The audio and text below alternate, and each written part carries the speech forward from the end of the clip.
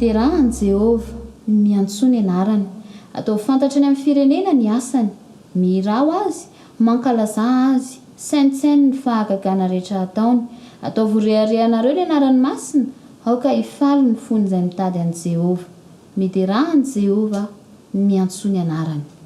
Andeha hiaraka hivavaka isika.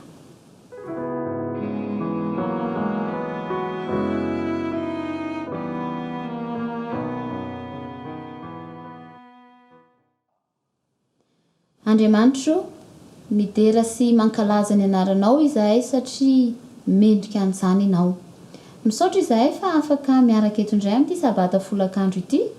dia atolotray izao fotoana izao mba ho voninahitry ny anaranao. Dia aoka anie mba ho tsapanay ny fanatrehanao ary samy haray ny fitahiana avy aminao izay tsirairay avy. Omeo anay ny fanahinao masina dia mba ho masina tahaka anao izahay. Misaotra indrindra Andriamanitro fa amin'ny anaran'i Jesosy no ivavahanay. Amen.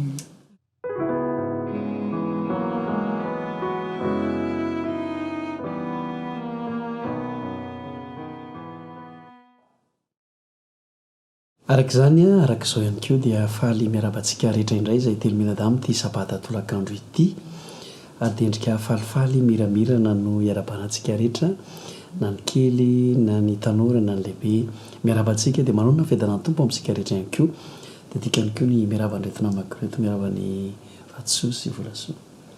miaraban'ny Alain sy Volasoa, dia miarabantsika rehetra ihany koa. Miaraban'ny Vatsoa, miaraban'ny Alain, dia miarabantsika rehetra. Eny ary hiditra amin'ny fandaharana manaraka tsika, dia ny fanarahantsika indray ireo amboaran-kira izay efa noenotsika sy nojerentsika omaly hariva, dia manara finaritra ary. Ndao ary.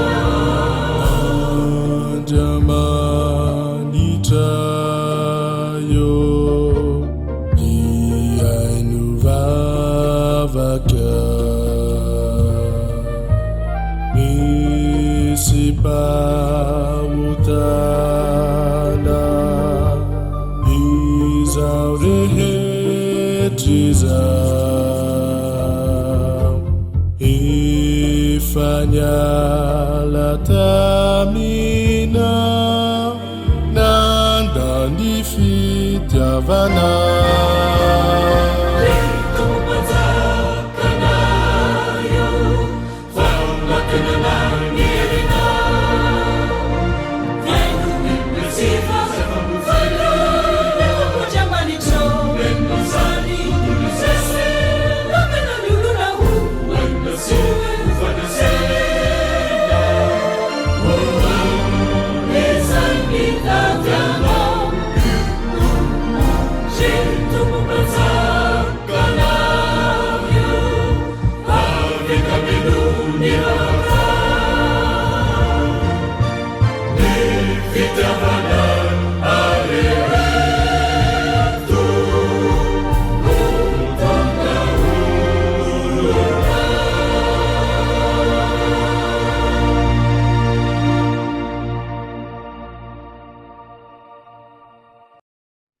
sambatra ny olona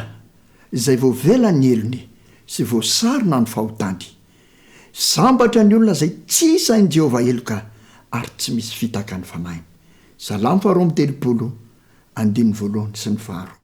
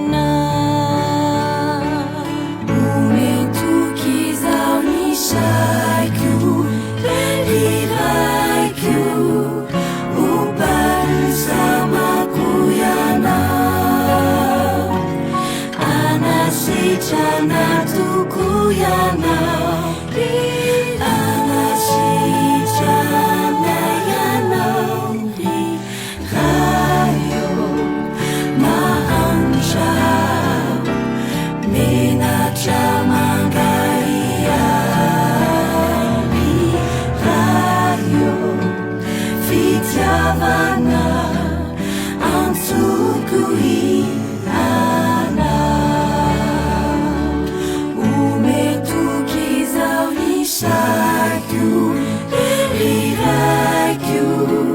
'u bansa makuyana.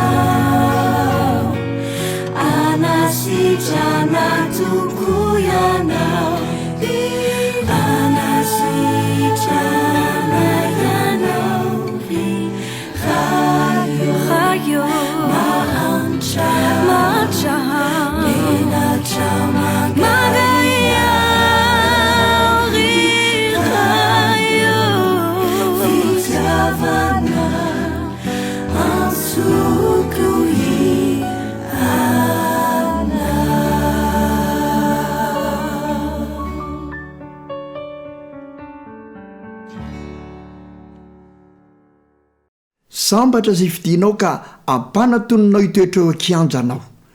teo voko ny zava-tso ao amin'ny tranonao zahay dia ny zava-masina ao amin'ny tempolinao salamo fadimyambempolo ka ny andininy vaevatra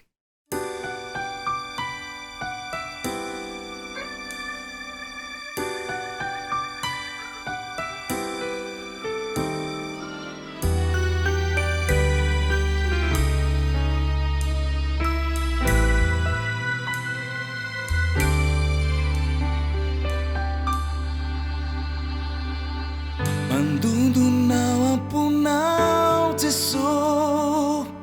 miandry mitalao miangafianao feontsa milaza tena ty miandrandranao odory foai izy foai ny fonao fa izy tondra fiainana vavao faluni antsony resony tanany hoanao ny fitiavany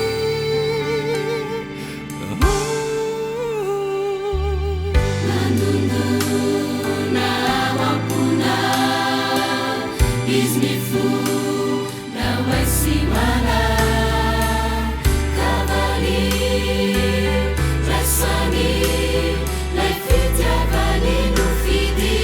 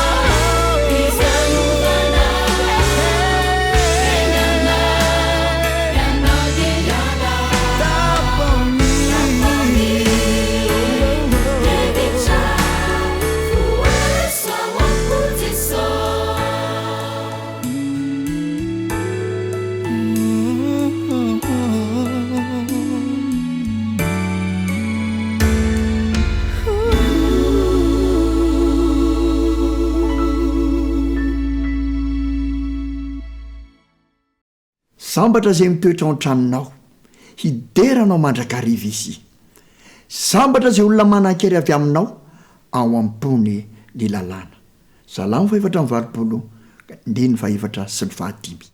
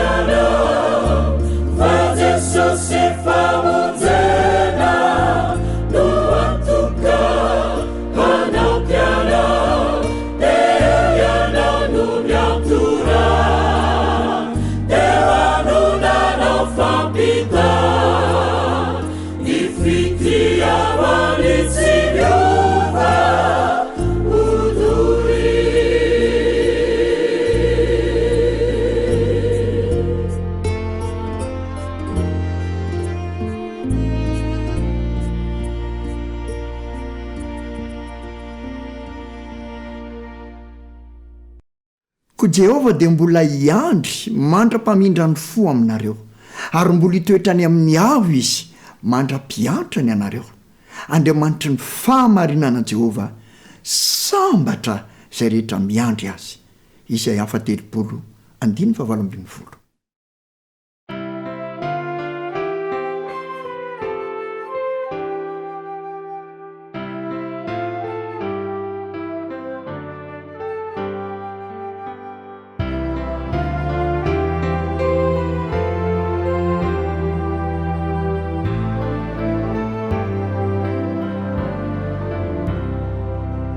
Matsiaro resy ve ianao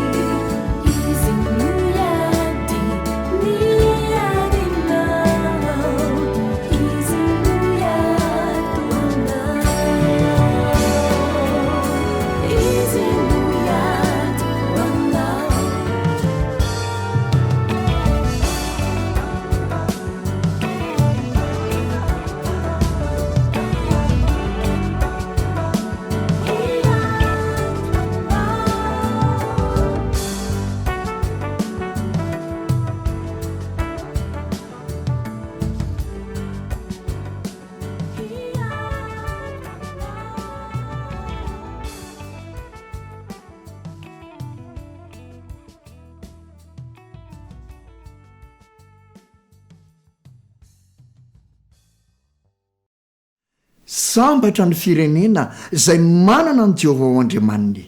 dia ny olona no fidiny ololovany. Salamo 4:30 andiny 20.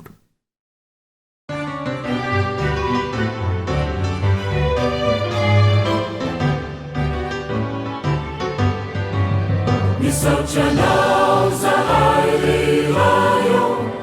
no ity fotona mamity fa no ny fahasoavanao no mahatoizao anarayo no mivavaka asandratra mataio rayo mitanina. Misaotranao zahay rirayo no ity fotona mamity fa no ny fahasoavanao no mahatoizao anarayo ko mivavaka asandratra mataio rayo mitanina. Ilay fijavana hameno ny fona hahaizanay mifankaty. Ilay fanafina banana jamaha hanoro lalànana. Ny fahendrenamena ny fahitsinamena dia zava-soa avy amina. Ny fahendrenamena ny fihoitranamena dia fanomezana toko. Rayo mivavaka asandratrahy mataio ireo mpitondranay ka hanatahotra anao handeha ampamarinana rayo dia ho sambatra ny tanina fa satria ianao dia tsy manda dia ho sambatra ny tanina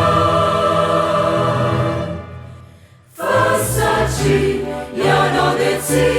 manda.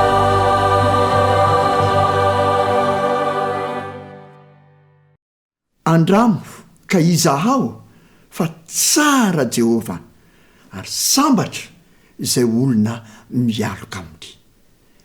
Salamo 4:30 andiny 9.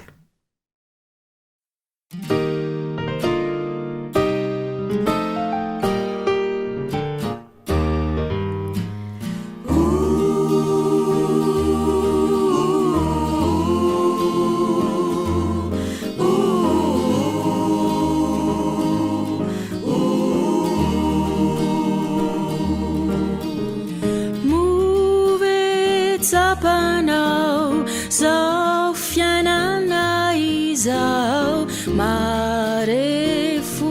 tsy haritrany ety sambatra izay manana ny lairay arosy mpitantanany dy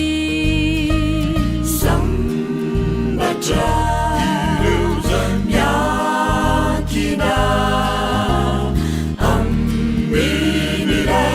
Sandri maherini jitu sambatra fatsara ambina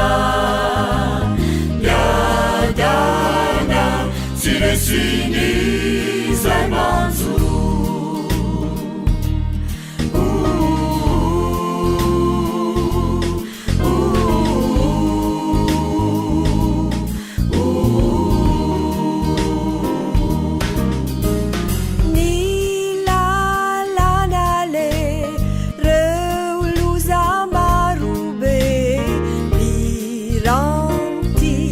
Delina Isa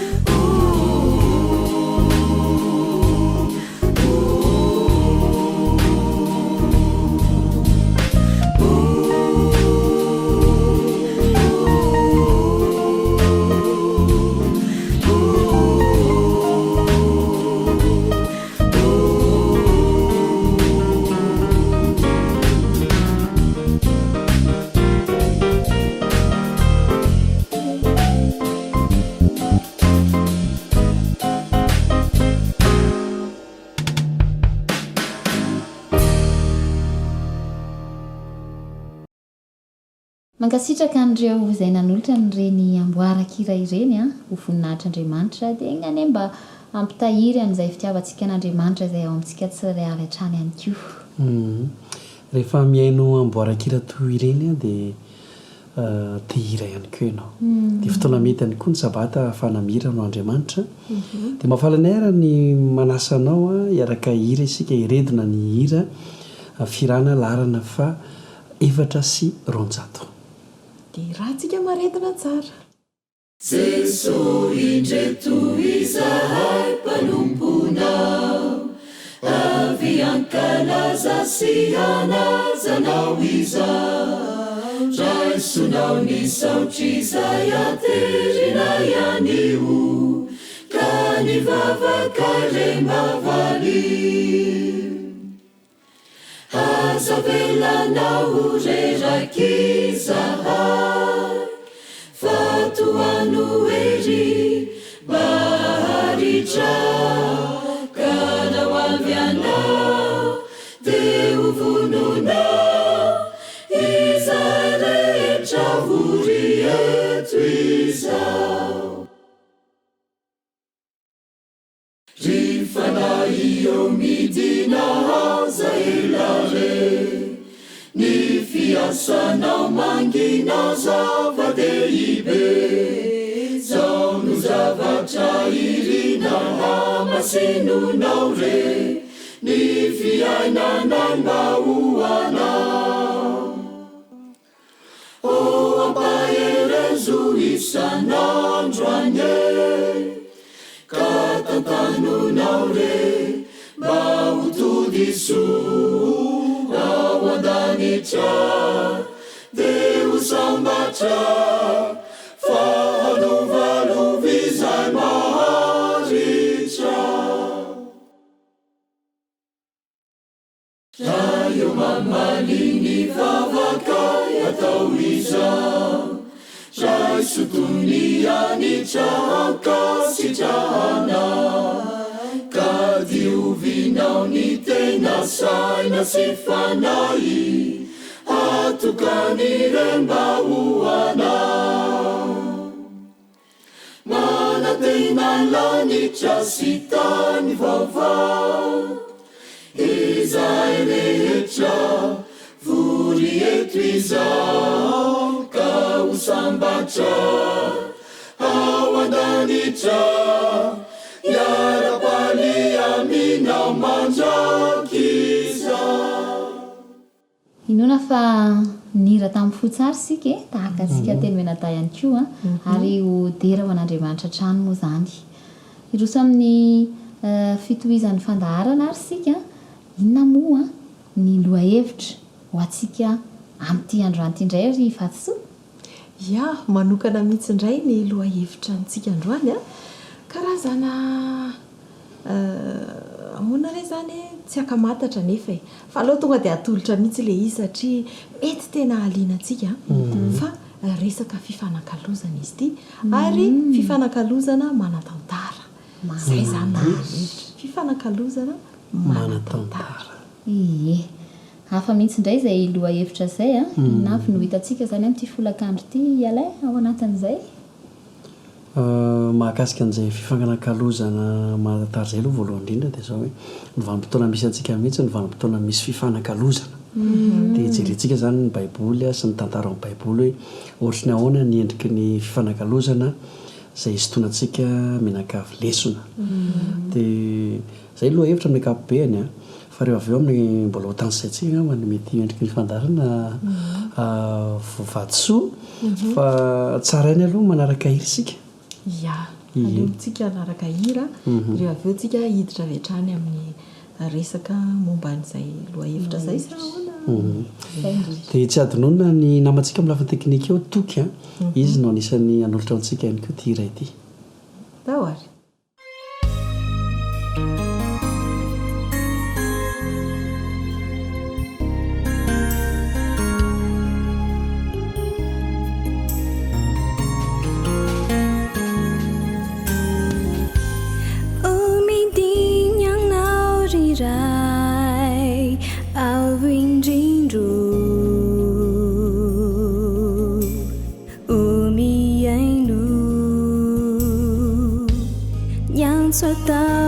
Viampu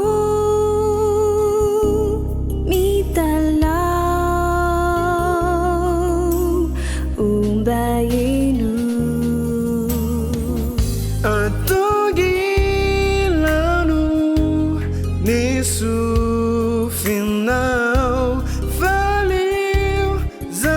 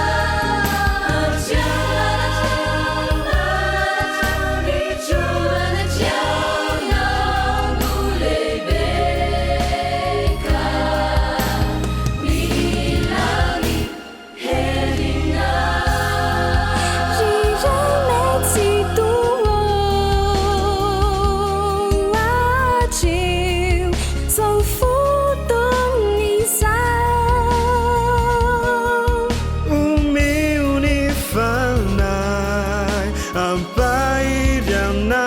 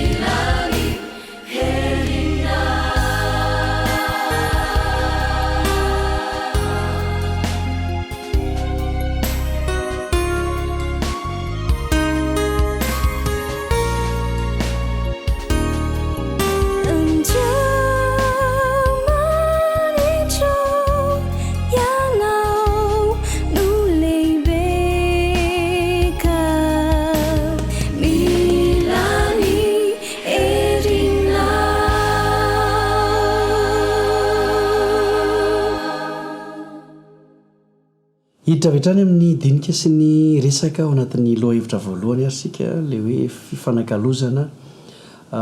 manatantara daoka zany tsisy alaim-panatory averiko mandrakariva zay satria amin'ny ankapobeny ho an'ny eto Madagasikara dia manevokevoka ny andro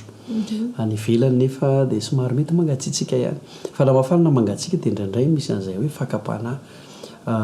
matory zay dia tsika dia mandray lesona sady zany hoe atakalo zay mihitsy atakalo inona re zany le izy fa ndeha toa dia sokafantsika ny resaka vatosoa eny ary ity resaka fifanakalozana ity a dia ny tena hojerentsika dia ny zavatra misy ao anatin'ny tenin'Andriamanitra satria ny fifanakalozana zany a dia nisy foana aloha nisy foana izy io hatramin'izay ary manatantara n'le izy a dia misy vokatra le izy ao anatin'ity resakitsika ity zany a dia mety hoe olona ny fanakalo mety hoe zavatra ny fanakalo mety hoe olona sy zavatra hafa ny fanakalo fa misy vokatra foana le izy rehefa avy eo dia matetika ny vokatra dia na le izy mitondra famonjena na le izy a mitondra loza na le izy a mitondra fahadisom-panantenana izay ny antony a iresahantsika n'izy ity satria eo amin'ny izao fiainana izao a dia be da be zavatra ampifanakalozintsika mety hoe ataontsika hoe manandanja kokoa ngamba dia atakalotsika dia mety ohatran'izay koa mety vokatra ho azontsika mety hoe ohatra zany raha ataontsika hoe zavatra ny atakalo a dia mety hoe ny arena atakalo zanaka zavatra mety hitranga zany ary misy dia adino ny zanaka adino ny fikolokoloana ny zanaka fa ny fikatsahana ny arena no atao bebe ny mazava amintsika ve le resaka fifanakalozana ya mety ihany koa hoe ohatra indray zany hoe misy zavatra mahazo an'le zanaka dia noho ny fitiavana an'le zanaka dia hoe aleoko mihitsy zano marary aleoko miatra amiko io dia ohatran'ny hoe te hifanakalo amin'le zanaka mihitsy zany amin'izay zavatra miatra amin'izay ohatrohatran'izay zany ty resaka fifanakalozana ity dia andenga antsika hijery vitsivitsy zany ao anatin'ny tenin'Andriamanitra ao amin'ity resaka fifanakalozana ity ohatra hoe hiresakitsika ny ao amin'le taolatehezana ohatra ny zay tokoa ny takalo voalohany taolatehezana zay ny takalo voalohany indrindra rehefa hamorona ny olombelona Andriamanitra rehefa namorona ny Adama izy aloha dia namolavola tany manga dia rehefa avy eo izy nomeny fofinaina dia tsy tsara ozy izy raha irerira lehilahy fa andehantsika anamboatra vehivavy indray anamboatra namana ho azy dia nisy zavatra nesorina tao amin'ny Adama dia namena ny Eva natakalo lasa fiainan'ny Eva zany ilay fiainan'ny Adama dia nahazo namana ny lehilahy manatantara zany a dikan'izay zany ho an'ny ao an-tokantrano amin'ny mpivady a dia tokony raisina tsara zany io resaka fifanakalozana io tsy mandeha rery zany ianao na ianao rery ny eo amin'ny fiainana ka zay tiana no atao a na raha lehilahy io na raha vehivavy a fa misy takaly mahafinaritra be izay nataon'Andriamanitra teo amin'ny fiainana na tonga antsika ho lasa na tonga an'ilay olon-droa ikambana anankiray indray zany zany zao ohatra resaka anankiray fotsiny dia ilay takaly teto zany a raha jerentsika tsara ny tantara dia tsy hoe nandeha ho azy tsy hoe niteny Andriamanitra izay nampiavaka azy fa mahasondritory an-dra lehilahy izy izay ny zatra nytrano dia avy eo a nisy any Eva vokatr'ilay taoladezana dia ny tantara aloha zany dia manambara fa hoe tena nety tena saza ny ho any Adama i Eva misy koa fanakalozana anankiray izay volasoa izay mitondra loza izy ity mitondra loza izy ity le tantaran'ny mpanjakan'Israely asa raha tsara ho volasoa tadidi volasoa hoe iny tantara iny tantara izay fitantarantsika ny ankizy izy iny dia nandeha niady izay indrindra ny mpanjakan'Israely sy Josafata le nandeha niady tamin'ny Asiria dia ny zavatra aseho a le mpanjakan'Israely zany efa fantany fa hoe possible izy zany hoe izy zany no kendren'ny fahavalo dia modina nova izy hoe aleo za mody olo-tsotra dia dia Josafata indray mpanjaka Josafata nataony ianao anaovy ihany le kanjom-piandriananao fa ianao za mba mpanjaka dia za mba olo-tsotra dia ny mpanjaka ny Asiria tamin'izay efa niteny hoe ny mpanjaka ihany no asiana dia saika i Josafata no nasiana tamin'izay nefa ny antsoantso Josafata nyfonjeny Jehovah izy dia ilay mody olo-tsotra rehefa hita hoe efa fantatra fa tsy sitrak'Andriamanitra efa hoe tsy mety zavatra nataony dia tsy pikako toto nisy olona nandefa zanatsypikako toto zany hoe nandefa fahoafahoany izy teny franco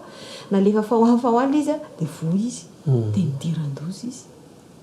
misy zany zavatra ifanakalozana ohatran'izay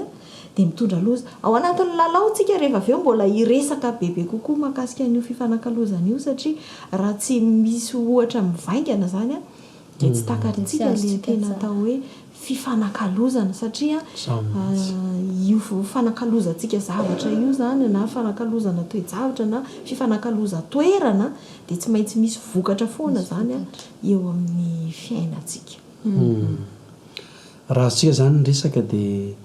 mety efa maneritreritsika hoe za koa efa mba nisy trangam-piainako resaka takalo teo amin'ny fiainako manokana teo amin'ny fianakaviana tsy fantatro fa izay koa nidirantsika amin'ny fijoroana vavolombelona volasoa izay indrindra rahantsika hoetrany izay fijoroana vavolombelona izay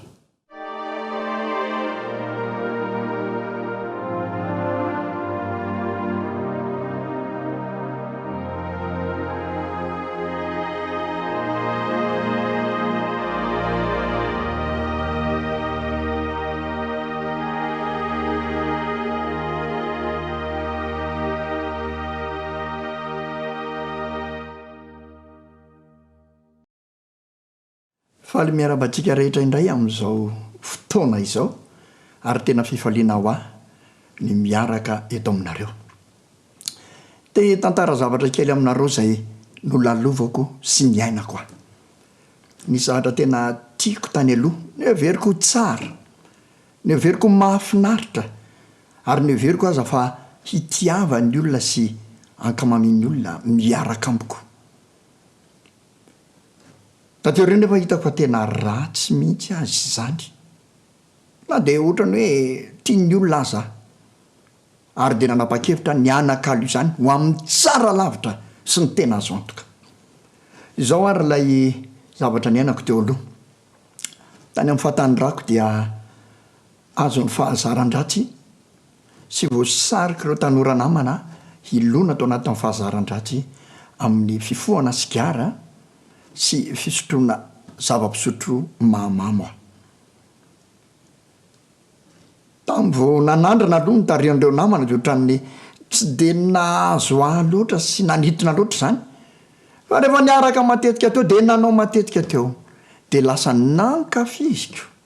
ary lasa namana tsy foiky mihitsy azo areo fahazaran-dratsy anankiroa ireo zany hoe avy mihinan-kanina zany ka tsy mandray sigara de mifoka tena nampahory ahy mihitsy ary rehefa sendra tsy manambola ividianana zany tena de mahavita mangataka am'ireo namana mihitsy toraka zany ko rehefa tafarafaraka amin'ny namana eo reo vao tsy misy ilay zava-pisotro mahamamo mitendritendry gitara mihirahira miaraka aminy eo de ohatra maivamaivana izy zany ka de nankafiziny ery ny nolona tao anatin'izany fomba fiainy zany teo amin'ny fahatanyrana nandeha ny fotoana tena ny ainany zany ary tena nankafiziny zany tena navonto ny fiainana manontolo mihitsy zany na mandeha aiza na mandeha aiza de eny mipololotra ny setroka sigara mivoaka avy eo amivava sy ny orony tena indro ohatran'ny varimbariny avy ny sotro zava-pisotro mahamamo tateo ariana nefa rehefa namaky ny tenin'Andriamanitra ary resy lahatra amin'ny famarinany tenin'Andriamanitra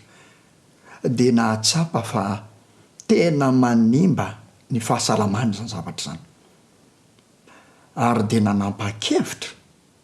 fa ho atakalo amin'ny tsara kokoa lay fomba teo aloha ka ny natao voalohany de nanapa-kevitra hijanona tsy voka sigara intsony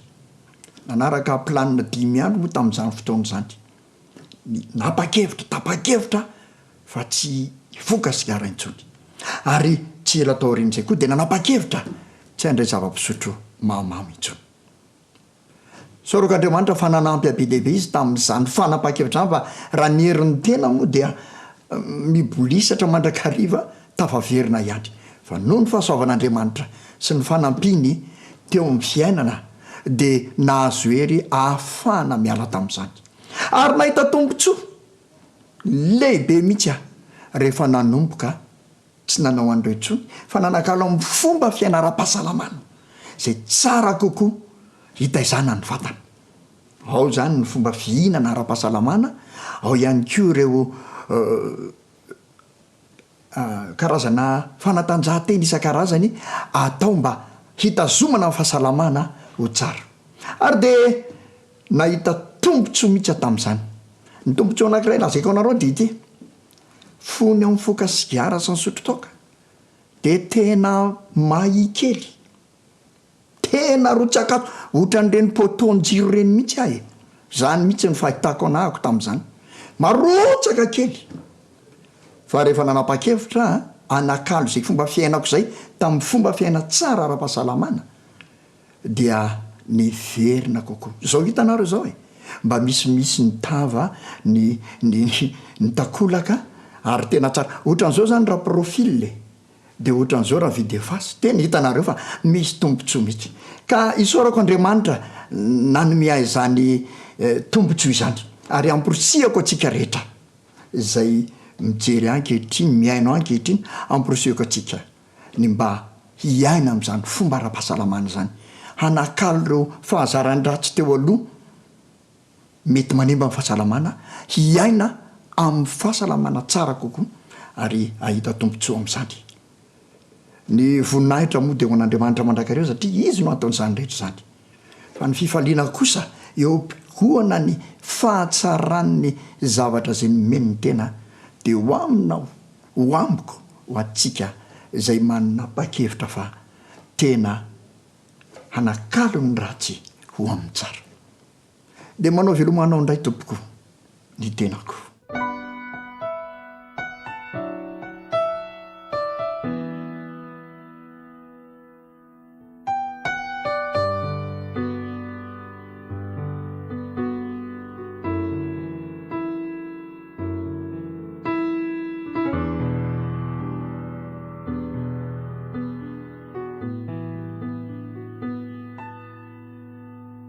Peu importe ce que tu as fait,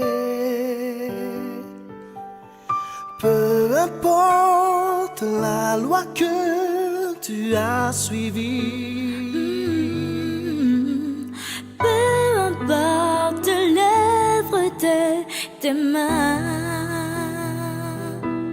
le poids de tes mots qui a changé beaucoup de vie. C'est la foi qui compte.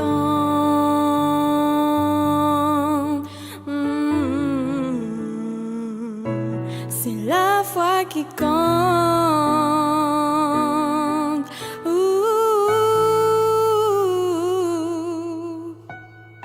On te juge et assure ce qui est en toi.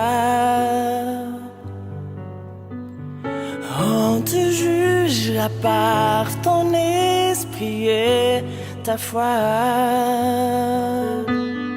Ton Dieu ne gardera que l'œuvre de ta foi, une foi qui t'est donnée par sa parole sainte. C'est la foi qui compte.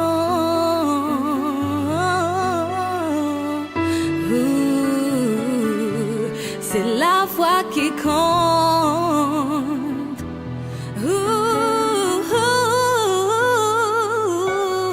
Tu es Dieu, jamais tu ne changeras. Tu es Dieu, jamais tu ne m'abandonneras.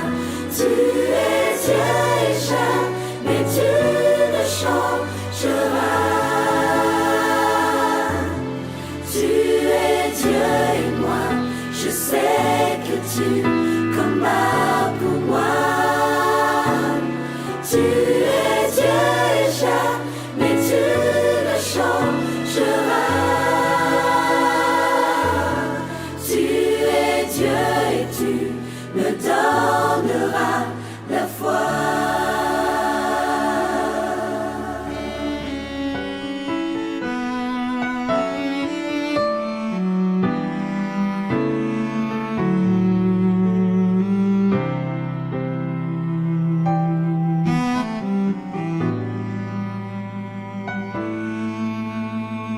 Notre Dieu,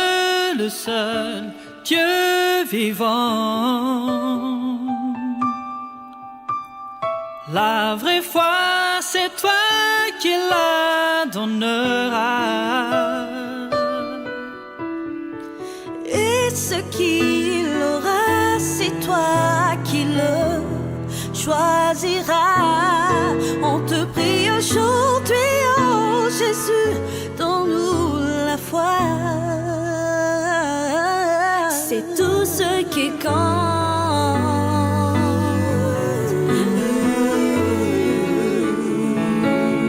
C'est ta foi qui compte.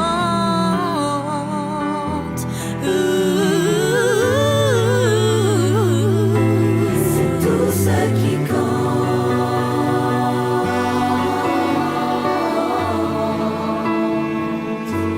C'est ta foi qui compte.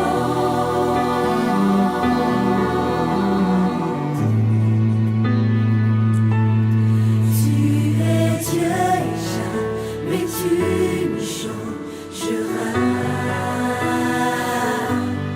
Tu es Dieu et jamais tu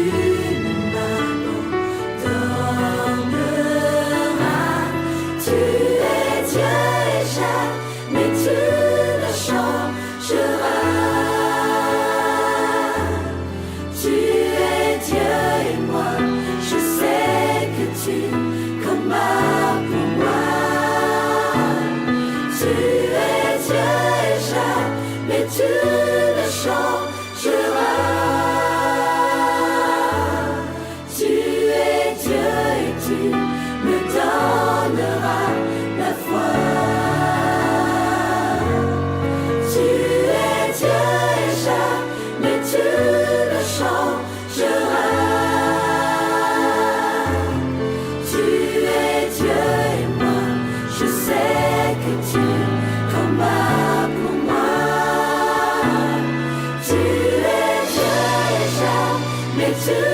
ne changeras.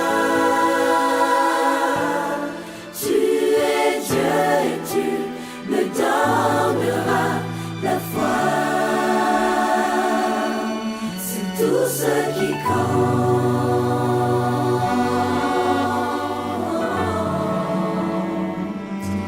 C'est ta foi qui compte.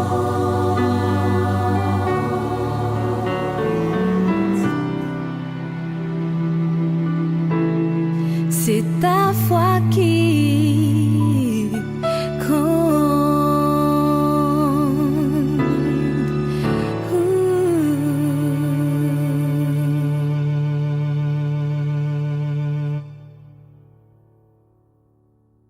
dia mbola ao anatin'ny fandarina ihany sika ary ao anatin'ilay loha-hevitra miresaka ny amin'ny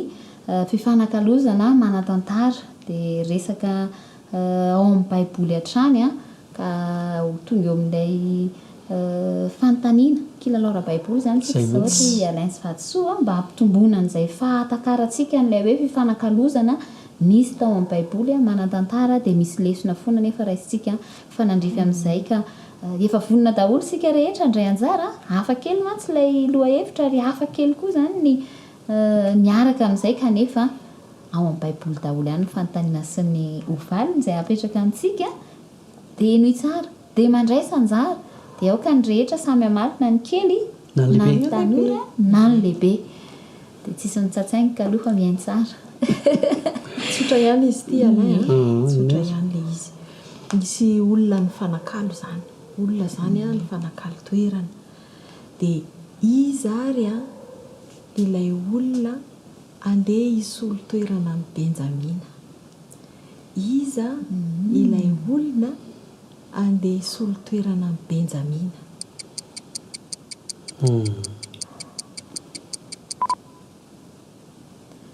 solo toerana ny benjamina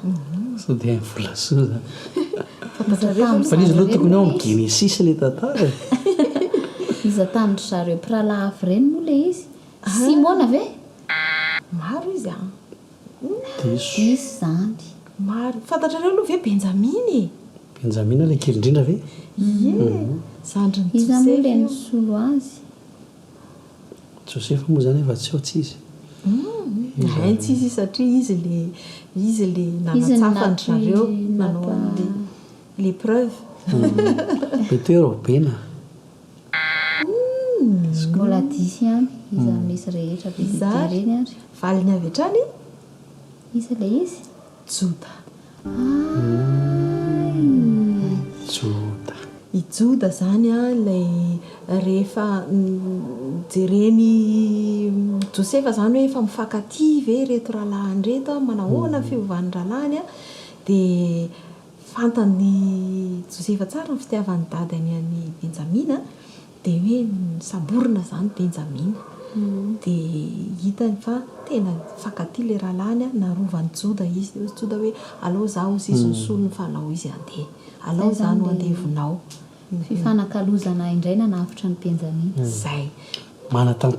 manatantara ary io anankiray io zany tarafatsika hoe mitondra famonjena ilay fifanakalozana sady nahitana taratra fankatiavana koa ilay izy resaka fitiavana zany toizo ina koa ny fanontaniana manaraka ary sady ao anatin'ny lalao tsika ny mandray lesona inona no ny soloana indray zany eto zay inona no ny soloana fa natakalo na inona le natakalo zany fa i Mose sy Arona ny resaka zay zany zao no apetraka amintsika miresaka momba ny Mose sy Arona tsika dia ny zavatra natakalo tao inona le izy sarotra ihany zany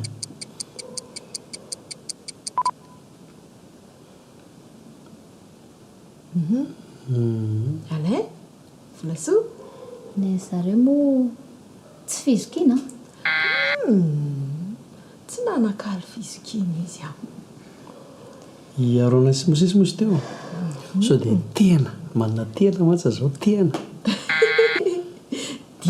nefa ny any tokantrano azy efa namaly daholo efa nafantatra daholo na ny ankizy ary valiny valiny a dia mivava inona mivavany vavany tsy hoe nangotana ny vavany Mosesy dia atakalo amin'ny vavany Arona fa raha tadidintsika ny tantara dia votsavava i Mosesy dia nalefa an'Andriamanitra i Arona isolo vava amin'ny Mosesy a eo anatrehan'ny vahoaka ary Mosesy kosa nosolo vavany Arona eo anatrehan'Andriamanitra Exodosy toko 4 andininy 9 no ahitantsika an'izay atentsika le voalohany tao amin'ny efa nytenentsika Genesis toko 7:20 andiny 5 hatramin'ny 7:30 misy ny tantarany Joda sy Benjamina fa le fisoloana vavan'ny Mosesy indray a mpisolo vava zany indray zany mpisolo vava zany tena manao takaly tokoa satria vavany azo no asolony toizatsika le izy ary mitondra inona moa io mitondra inona le fifanakalozan'izy mirahalahy teo le vava ve fanavotana ihany koa zay mitondra fanavotana mitondra tombontsoa zavatra tsara zany a no kasain'Andriamanitra ho tanterahana satria hanavotra ny zanak'Israely dia mba mandray lesona zany tsika rehefa mba misolo vava rehefa mba miteny ianao dia mba aoka hitondra soan'ny olona zay indrindra satria zao mihitsy ilay zavatra ndraisana dia zao mihitsy olo dia misolo vava ianao nefa diso sololaingy dia lasa misololaingy manaraka indray ary ny solo aniza i Estera ny solo aniza i Estera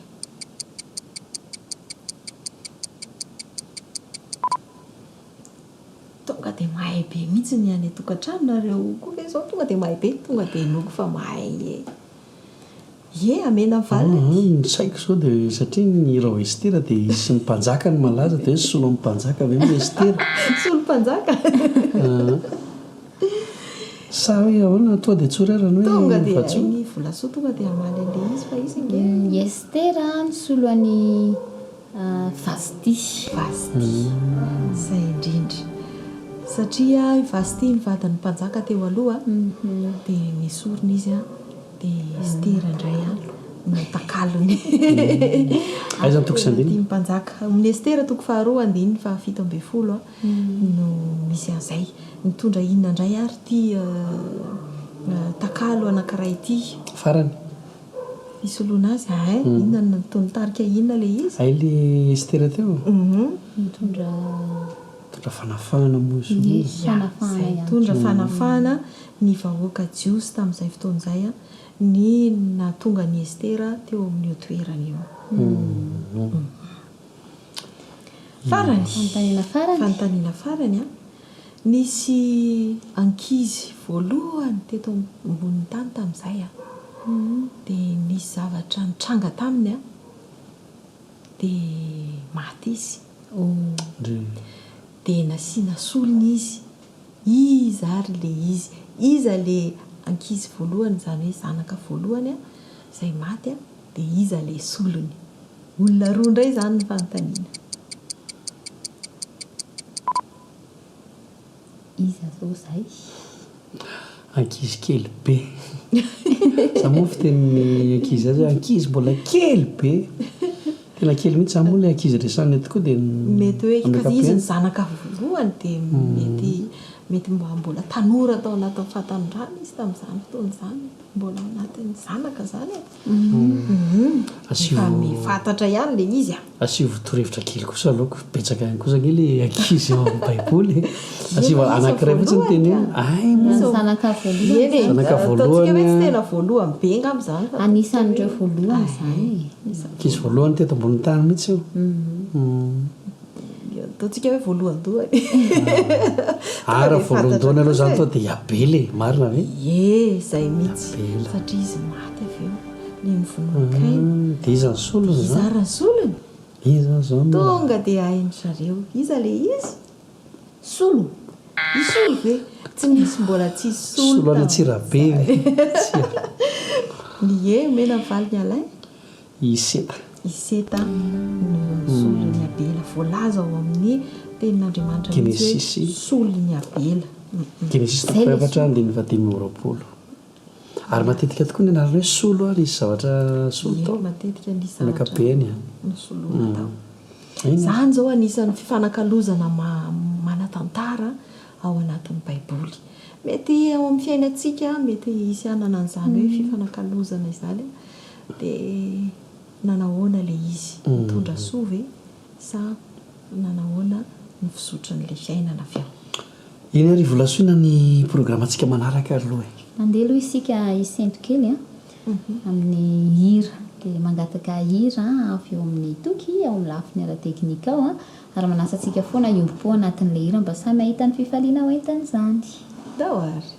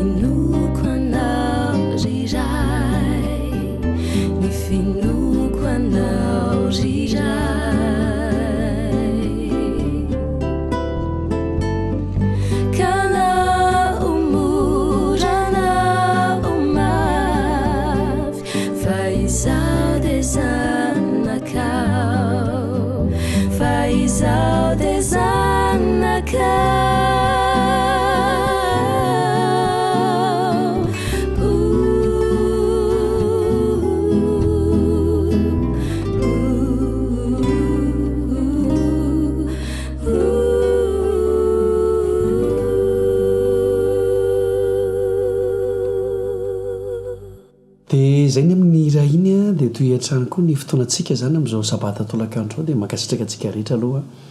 tsy misaraka amin'ny radio azisa sy ny tambajotra ihany koa izay ahafahantsika manaraka an'izao fandaram-potoana ny sabata tolakandro izao a miaraka amin'ny volasoa vantsoa toky tsy amin'ny lafiny teknika itsy andeha toizantsika ilay loha hevitra fifanakalozana manatantara toizantsika ilay resaka vantsoa tsika Alain Francos volasoa rehefa miresaka n'ity fifanakalozana ity dia ny tena manatantara indrindra ary mahakasika antsika tsirairay indrindra dia ny fanakalozana izay nataon'i Jesosy tsika ny tokony ho very tsika zany rehefa tafiditra tamintsika ny fahotana tamin'ny alalan'ireo ray aman-dreny be atsika de tokony ho faty mandrakizay isika dia nomen'Andriamanitra ilay zanany lahatokana mba tsy ho very isika izay mino azy ary izay fifanakalozana ngezabe izay a tena tokony tsy ho ataontsika mbanjavatra mihitsy satria nafana namonjy atsika ilay izy ny solo ny fahotantsika izy maty ny solo atsika teo amin'ny hazo fijaliana izy be da be mihitsy ny tokony sy andiny malaza n'izany a ka tsy ho voatanisantsika eto daholo angambany fa misy marobe izy reto a dia aleo efa tonga dia ataontsika lalao a tadiavintsika ny tokantrano any fa izao ny jaonina toko 10 andininy 112 dia milaza fa Jesosy no mpiandry tsara ary izy a manolotra ny ainy hamonjy ny ondriny vitany mihitsy zany manakalo ny ainy mba hamonjy ny ondriny dia ohatran'izay mihitsy ny fitondrany atsika meny mihitsy ny ainy mba hamonjena atsika dia izay mihitsy ny dikan'ilay fanatitra ihany koa satria misy takalo ao ny fanatitra no natakalo ny otan'ny olona dia mampiseho an' Jesosy mandrakariva moa reny fanatitra hodorana sy reny zavatra tandindona teo amin'ny zanak'Israely ireny dia takalo ny aintsika takalo ny fiainantsika manontolo ireny dia izay fanatitra izay zany dia ireny koa zany dia fifanakalozana zany izy ireny mba hamonjena atsika eto zany ilay an' Jesosy moa zany ilay takalo eto dia ilay fitiavana agape zany hoe misy zavatra hafoy izay zany tena fanomezana sy takalo tena anisany nampiavaka an' Jesosy nafoiny ny ainy nafoiny ny lanitra ina koa no nafoiny nafoiny ny voninahitra nafoiny ny anjely dia niaraka tamin'ny olona izy marobe ny zavatra nafoiny natakalony zany zany hoe raha tany volamena zany no hitsahana ao an-danitra dia tanytsika tety mivovoka no nitsahany mamperitreritra Jesosy zany ny modelin'ny fifanakalozana tena tsara dia tiany mihitsy ntsika raha mba hanao an'izay koa satria izy ny modely dia tiantsika volasoratra ka hoe mba hanandrana an'izay zany hoe mba hanao an'izay koa amin'ny fifandraisantsika samitsika satria ozy ao amin'ny jaonina toko 5:12 andininy 7:12 hoe jaonina toko 5:12 andininy 7:12 dia hoe tsy misy manana fitiavana lehibe noho izao dia manolotra ny ainy hamonjy ny zakay zany raha ohatra ka tiantsika ireo namantsika dia tsy mitandro ny aintsika isika mba hamonjenan'izy ireo mba hizaran'izy ireo ny fitiavan'Andriamanitra izay no mahatonga le fifanakalozana hoe mitondra famonjena dia misy anankiray koa ity izay tiako zaraina amintsika sady sakadiniko ilay izy ny Andriamanitra dia tia manokana ny kamboty sy ny mpitondra tena dia misy toko sy andiny anankiray izay tena nanaitra no abolana toko 13:20 andininy 10 sy 11 volasora azo ny volasovakiana oabolana toko 13:20 andininy 10 sy ny 11 oabolana toko 13:20 dia ny andininy 10 sy ny 11 zao ilay voalaza amin'ny anaran'i Jesosy aza manakisaka ny faritany ela ary aza manitatra mankamin'ny sahany kamboty fa mahery ny mpanavitra azy izy no hisolo vava azy amin'ny adiny aminao misolo vava azonareo misolo vava ny kamboty amin'ny adiny Andriamanitra dia ohatran'izay ihany koa misolo vava atsika eo amin'ny ady izay atrehantsika koa fa raha misy ady atrehantsika zany ka isika no tonga dia hiditra antsehatra amin'ireny ady ireny dia tsy afaka nisolo atsika Andriamanitra fa raha tiantsika zany no hoe mba hanana an'izay mpisolo vava izay mpisolo vava atsika eo amin'ny ady sy eo amin'ny zavatra atrehantsika ny ady sarotra izay atrehantsika dia aleo miantso an'Andriamanitra dia aleo mangina izay mihitsy manko ilay nataony hoe ianareo angina fa izaho ny ady mampatsiahy aloha hevitra na conférence famelabelarana rahatsoratra masina ilay resaky vatsoto io a ohatrao lohateny izy hoe ny akanjo ny sany a ny akanjo ny sany a zay lay loha hevitra zany dia mamperitreritra be ilay izy satria misy akanjo anankiroa zany dia ianao manana ny akanjonao a andriamanitra manana ny akanjony dia ny tena zava-dehibe nefa dia hoe nesorina ilay akanjonao dia nampitafiananao ny akanjon'i Jesosy akanjom-pahamarinan'i Jesosy a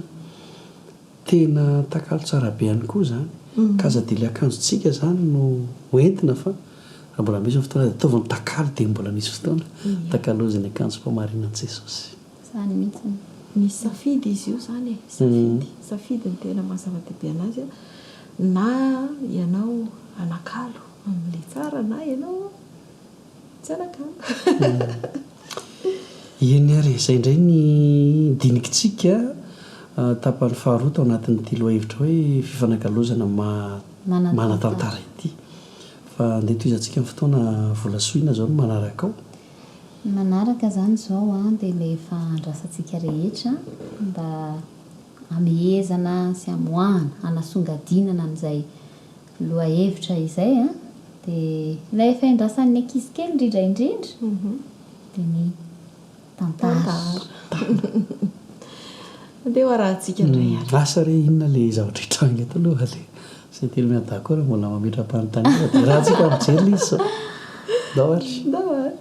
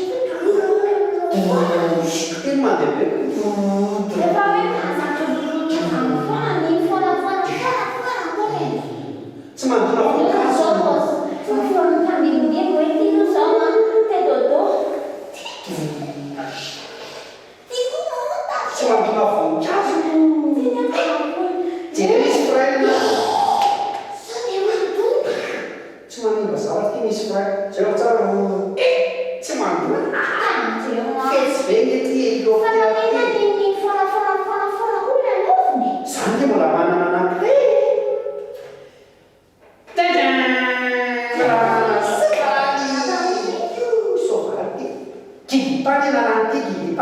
Lilla be mahitsy tegeratasao sao dia manjera anao ka ty tsy maintsy tengenina kisakisany la tsy manajera zavatsy kikita à gauche tu dis à gauche et tout cas à gauche à droite kisakisany fitsa dia volovony eo tandreo sao dia manjera zavatra eo alefa kitaka ao a kikita en avant zay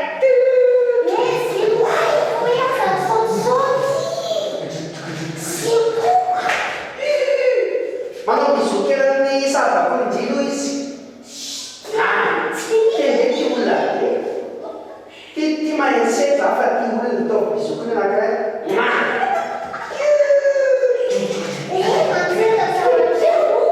mihinana sakafo kely kikitany raha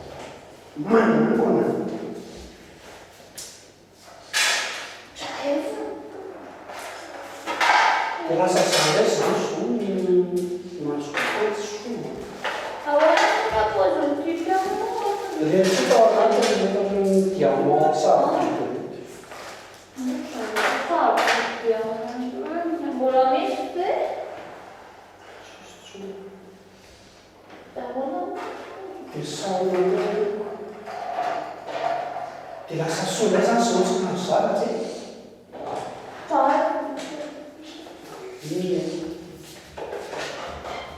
Lama, zero le fanambarinay dia ty teta voatery dia ty ka simba zao, ty zao dia re simba tanteraka mihitsy. Nefa migote efa voavidy. Tseko aloha fa zao tsy mahazo izo. Eo, akory gote eo izy anasany ty satria za rehetra zany mandrapahalamina reo mianadahany io tsara dia karakara sakafo jeraka mihitsy. manitsy merci maman tenenareo fa io kilalao reo a dia sorona tafa tsisy mahazo milalao atao efitra fandraisana intsony azo azo ziry koa zany ie za moa zany efa mahazo foana foana mahazo kapto anao fa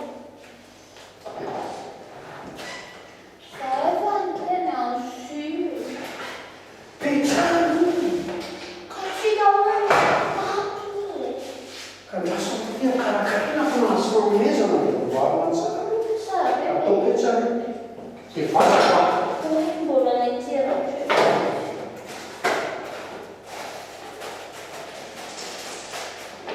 mbola misy ino nasiray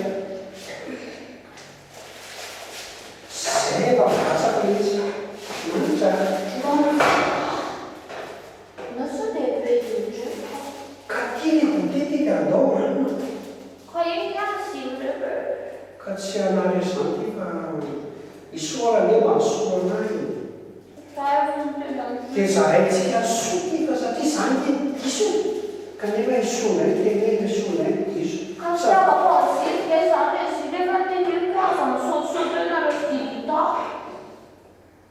sady tena marina koa tsy hoe za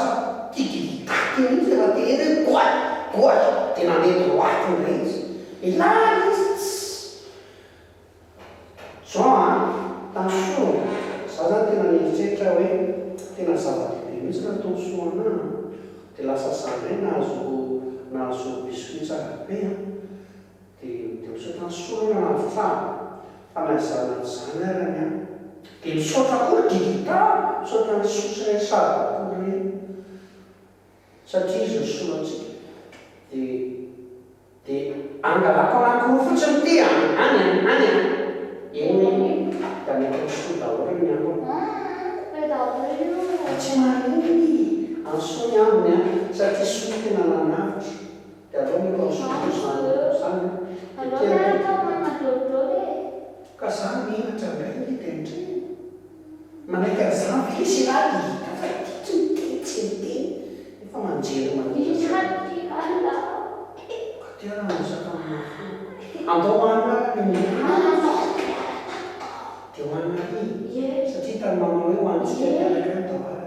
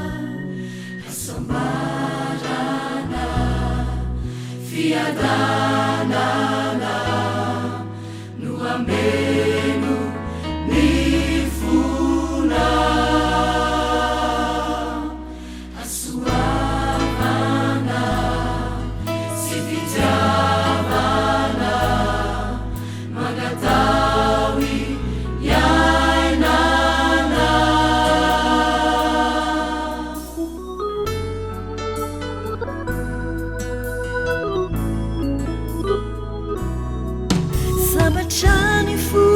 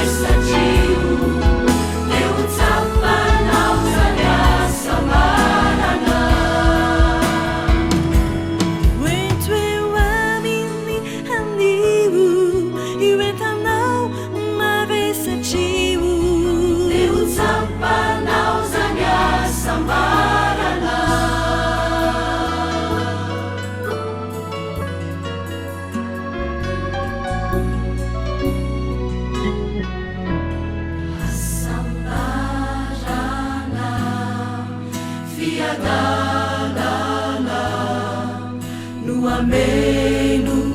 ny fona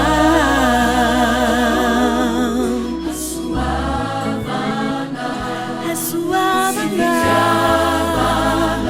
fitiavana iainana ny utsapanao sanga sambarana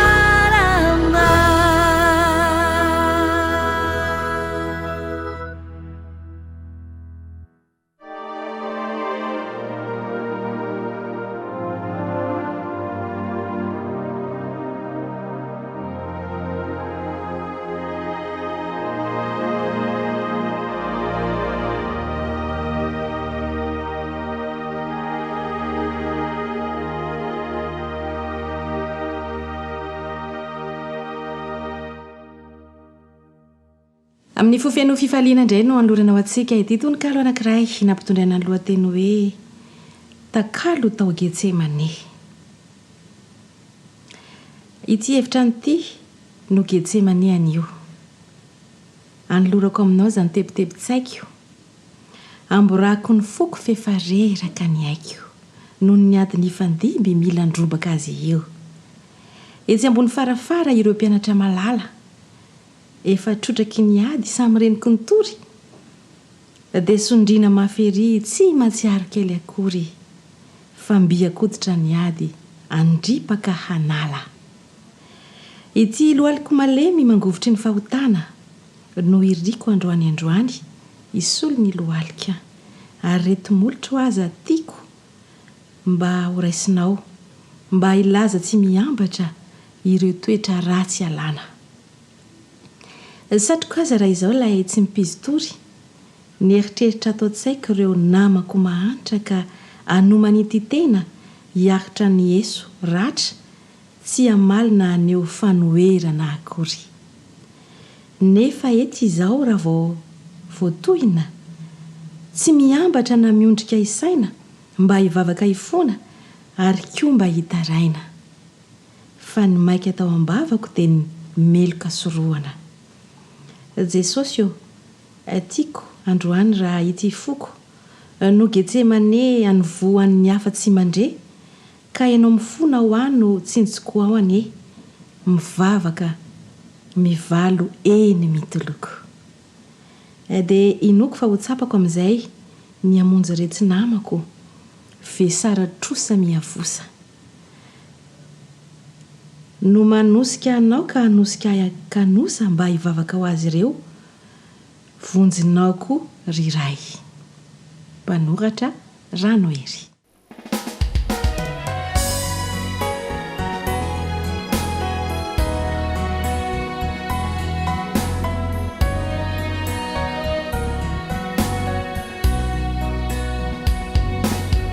Jambola eto antany dia maro ny manso mety ho kivy ny fonao andalo ihany izany fizaona ataovy ando tia ny tompo ane ianao vaovao isamaraina ny famendram-pony izany no porofo lehibe ka aza mitaraina erezo zany ity sahianao mihira hoe ny fahasoavany Jesosy no natoy izao ay ny fitiavany lehibe no notafinya na dia tsy mendrika zao dia fa ny saino zandriny tsy mba mpanompo itsonane fa opiray lovaminy na dia andalo fitsapana dia tsy ho kivy ao na ho fiakarana malao dia ho mpandresy ao satria ny tompo lehibe mandra-patongako any edena vaovao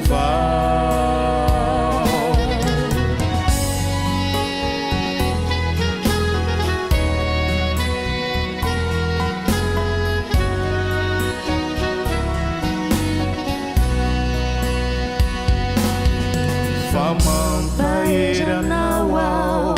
ho anao zakivampo o mahereza mivava ny olana rehetra voavahany avoko Jesosy no tompo tsy mandao vaovao isamaraina ny famindram-pony izany nomporofo lehibe ka aza mitaraina erezosany dy sahianao mihira hoe ny fahasoavany Jesosy no natoy zao ay ny fitahiny lehibe no notafiny ay na de tsy mendrika zao efa nosaino zandriny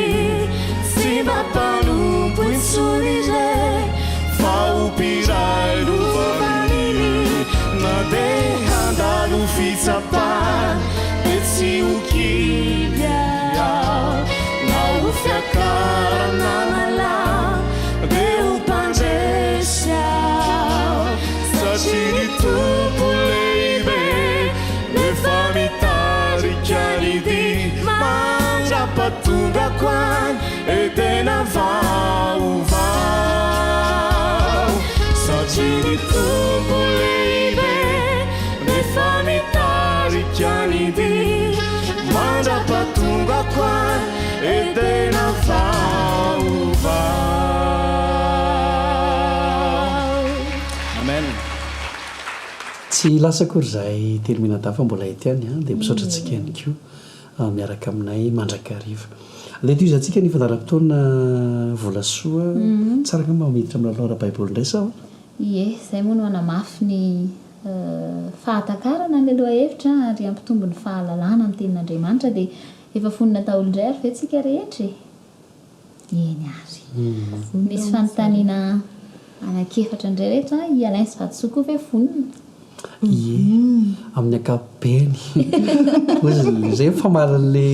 namana teknisianina zay amin'ny ankapobeny zay foana isaky ny anontaniana izy eny zay fahavinonan'izay ary no ilosotsika ka ao anatin'ny ilay lohahevitra ihany a le hoe fifanakalozana manatantara dia ny voalohany ary izy ity a fifanakalozana hafa kely tantara anankiray ao amin'ny baiboly mitantara ny amin'ny takalo toerana izay nisy teo amina biby anankiray sy tovolahy anankiray azonareo an-tsaina ve biby zany natakalo olona zany sa olona natakalo biby sa biby natakalo olona natakalo biby dia avy eo biby natakalo olona ay mazava olona natakalo biby io dia rehefa avy eo dia le biby indray natakalo olona azonareo an-tsaina ve hoe iza ilay olona amantarantsika an'ilay tantara mahay alay fonko ary ve zao mahay tsy tokony hoe isaka aloha zany zay marina ve namana toky marina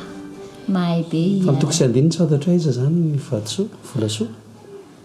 genesisy en genesisy ny misy azy a toko faharoa andiny fa telo ambin'ny folo ka tamin'ny voalohany izy a olona aloha satria biby aloha ny tokony teo e tokony natao dia izy zany ny naka ny toerana dia biby natakalo olona fa rehefa nanolo-teny izy a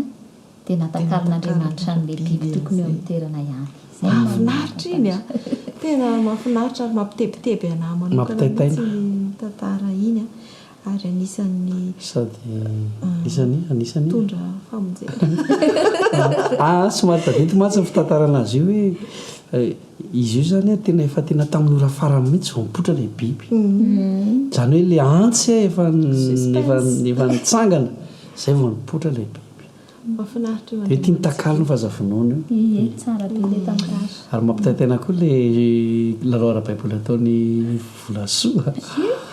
manaraka de biby de olona ity manaraka ty ihany koa dia nahatonga fitaintainana mafy tao amin'ny ilay olona niaran'ilay fifanakaloza-toerana indray koa izy ity tamin'izay fotoana izay dia fotoana le atsotsika hoe andro ray toazato dia ny zareo tamin'izany surprise ilay fampakaram-bady moa izany le resaka dia nisy fifanakaloza-toerana tao anatin'ilay fanambadiana tao kanefa tsy fantatr' ilay mpampankatra dia iza daholo indray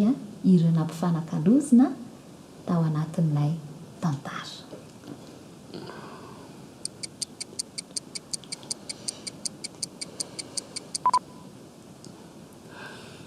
ohatrany nisy mahalasa be ny saiko satria fanakalozana zany izy ty resaka fanambadiana siraloha le izy fa samy olona samy olona fa am'le fanambadiana malagasy mantsy zany tadidiko hitanareo le efa tonga eo zany le lehilahy de hoe ty ve de mipotra vany le ololava de tsy io de tsy mety mihitsy io de arito ve de tsy atakaloko an'io mihitsy izy ka fa izy hafa mihitsy nefa mba tsara daholo le mipotra zay fotsiny tao an-tsaiko fa le izy efa surprise fa nisy ony zany ony indray aloha fa tsy fantatro ny mety hoe tena famarinana hoe rehefa mipotra le anankiray de tsy maninona fa aloha io ary de fanakalo de tsy nanaiky indray hoe zany tena izy de zay le takalo tonga de fantatranahoana le atao baiboly ary le resadresaka gambany fasary volazo azokantoko efa samy namaly sika hoe iza le nampifanakalozona toerana tao zany dia tsy iza moa fa mpiravavy ry zareo dia Lea sy Rahely Jakoba zany le Jakoba le mitaintaina be tao anatin'ilay dia avy eo diso fanantenana zay le fifanakalozana andresantsika tany am-boalohany rehefa tsy mety izy io dia miteraka fahadisom-panantenana dia hoe nahoana kosa raha natakalonao amin'ity tsy tingy le izy dia voaterina nompo indray zay moa no tamin'izany fotoana izany manaraka indray ary nisy takalo nataon'ny vadiny Samsona tsotra kokoa indray le fanontaniana takalo nataon'ny vadiny Samsona iza le izy ay ve vadiny Samsona koa nanao takalo le rafozany satria rehefa miresaka Samsona dia Samsona foana ohatrany tena misongadina aiky mba resahana koa ny hafa taditsika ve zay tantara zay ary izy io nisy fadisom-panantenana goava be tonga dia valio ary zany volasoa zany ohatrany mahay andisa mba ndo aloha antaniny sa tsika any tokantrano efa samy nanome koa taditsika ve aloha le izy sa rehefa Samsona dia le izy ny lava volo sy nanjerany volony lava ny takalo dia lasa volo foy eny ary le izy zany satria moa tsika rehefa miresaka Samsona dia ohatrany hoe resaka vady tonga dia any foana ny resaka dia ohatran'izay mihitsy natonga ny volasonana hoe vadiny Samsona fa tena izay mihitsy ilay resaka tao anatin'ny vadiny Samsona tao zany no misy an'ilay olana dia rehefa nandeha tany Samsona dia niverina dia natakalo ny rafozany ny vadiny neny olona le zanany le tena vadiny Samsona zany nameny ny namany dia le zandra indray io izy zandra fa inge tsara dia io inge mety aminao dia tezitra be Samsona satria diso fanantenana izy dia migafy Samsona tsy tantarantsika le gafiny efa nataontsika lalao ariniko rehefa raha amin'izao aloha zany dia miakatra fitsarana le resaka fa izy ary le izy afa-po zay le valiny izy miravavy le ny fanakalo mpirahavavy ihany koa ary zoky zandry ihany koa ao amin'ny mpitsara moa toko 5 teny andiny ny voalohany sy faharoa no ahitantsika an'izay dia ampirisihina foana sika mba hamaty any baiboly amantatra ny tantara fa mana tantara koa iny toejavatra anakahiny matetika zany ohatra hoe mpirahavavy foana le mifanakalo eto dia mizatra misy koa i resaka vady io fa zany akory tsy midika hoe zay mpirahavavy rehetra dia mifanakalo vady fa anisan'ny mahazatra mpirahavavy ny mifanakalo akanjo nareo fa minatsikaritra zany dia mifanakalo kiraro ohatran'izany dia misy fotoana efa vita mihitsy ny takalo ity zany atakaloko indrindra raha kambanarivo ela franco mifanakalo ireny moa zany indrindra tsy dia tena mifanakalo loatra fa iraisany ny azony zavatra rehetra iraisany raha mpirahavavy izy dia iraisany zavatra rehetra an'le ray ihany ny anankiray fa ny mpirahavavy matetika efa omeny an'le ray izao le izy atakalo dia o taty ihany ka tsy dia efa omenao anaty dia mamometsy fofoy teraka bibilava azy ny ankisikely tena lesona aloha zany dia zavatra fifanakalozana otriny zany dia mitarika fahadisom-panantenana mitarika zavatra ratsy foana zay zany mila tandremana tsara eo amin'io resaka fanakalozana io resaka safidy le izy safidy le izy kanefa ny ny vokany no hoe mety ho tsara mety ho ratsy zany amin'ny resaka fifanakalozana volasoa ie fanontaniana faran'ilay fifanakalozana mana tantara indrindra ary vao miteny amin'ny loha hevitra dia izay ny tonga ao tsy antsika tsirairay avy iza ilay nanakalo inona tamin'iza sarotra zany tonga dia haintsika izany raha vao resaka fifanakalozana ny loha hevitra iza ny nanakalo inona tamin'iza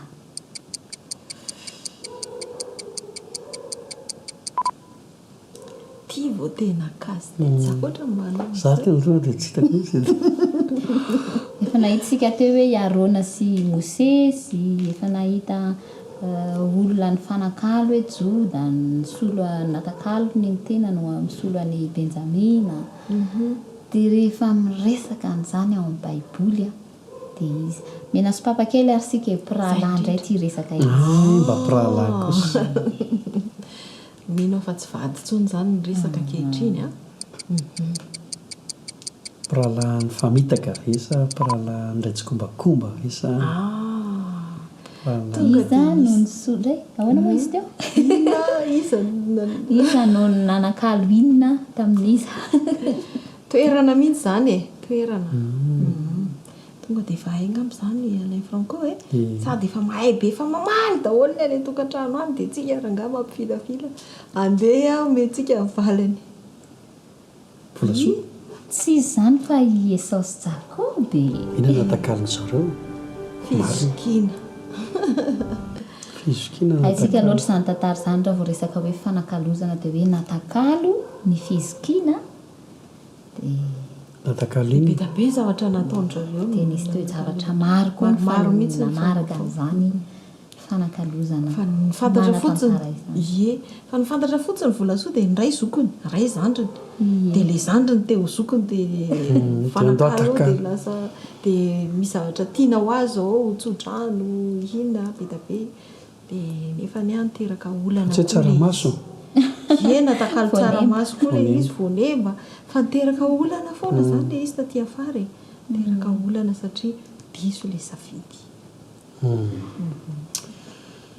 sotra ny volasoa inona hoe nampitombo fahalalana indray isika taminatin'izay dia araka izany dia mbola hitombo ihany ny fahalalantsika hiaraka hianatra tenin'Andriamanitra indrayntsika mba hampitombo ny fontsika menakavy dia efa vonimbonina ny tompona ndraikitra ny amin'izay dia arosontsika vetrany izy daoary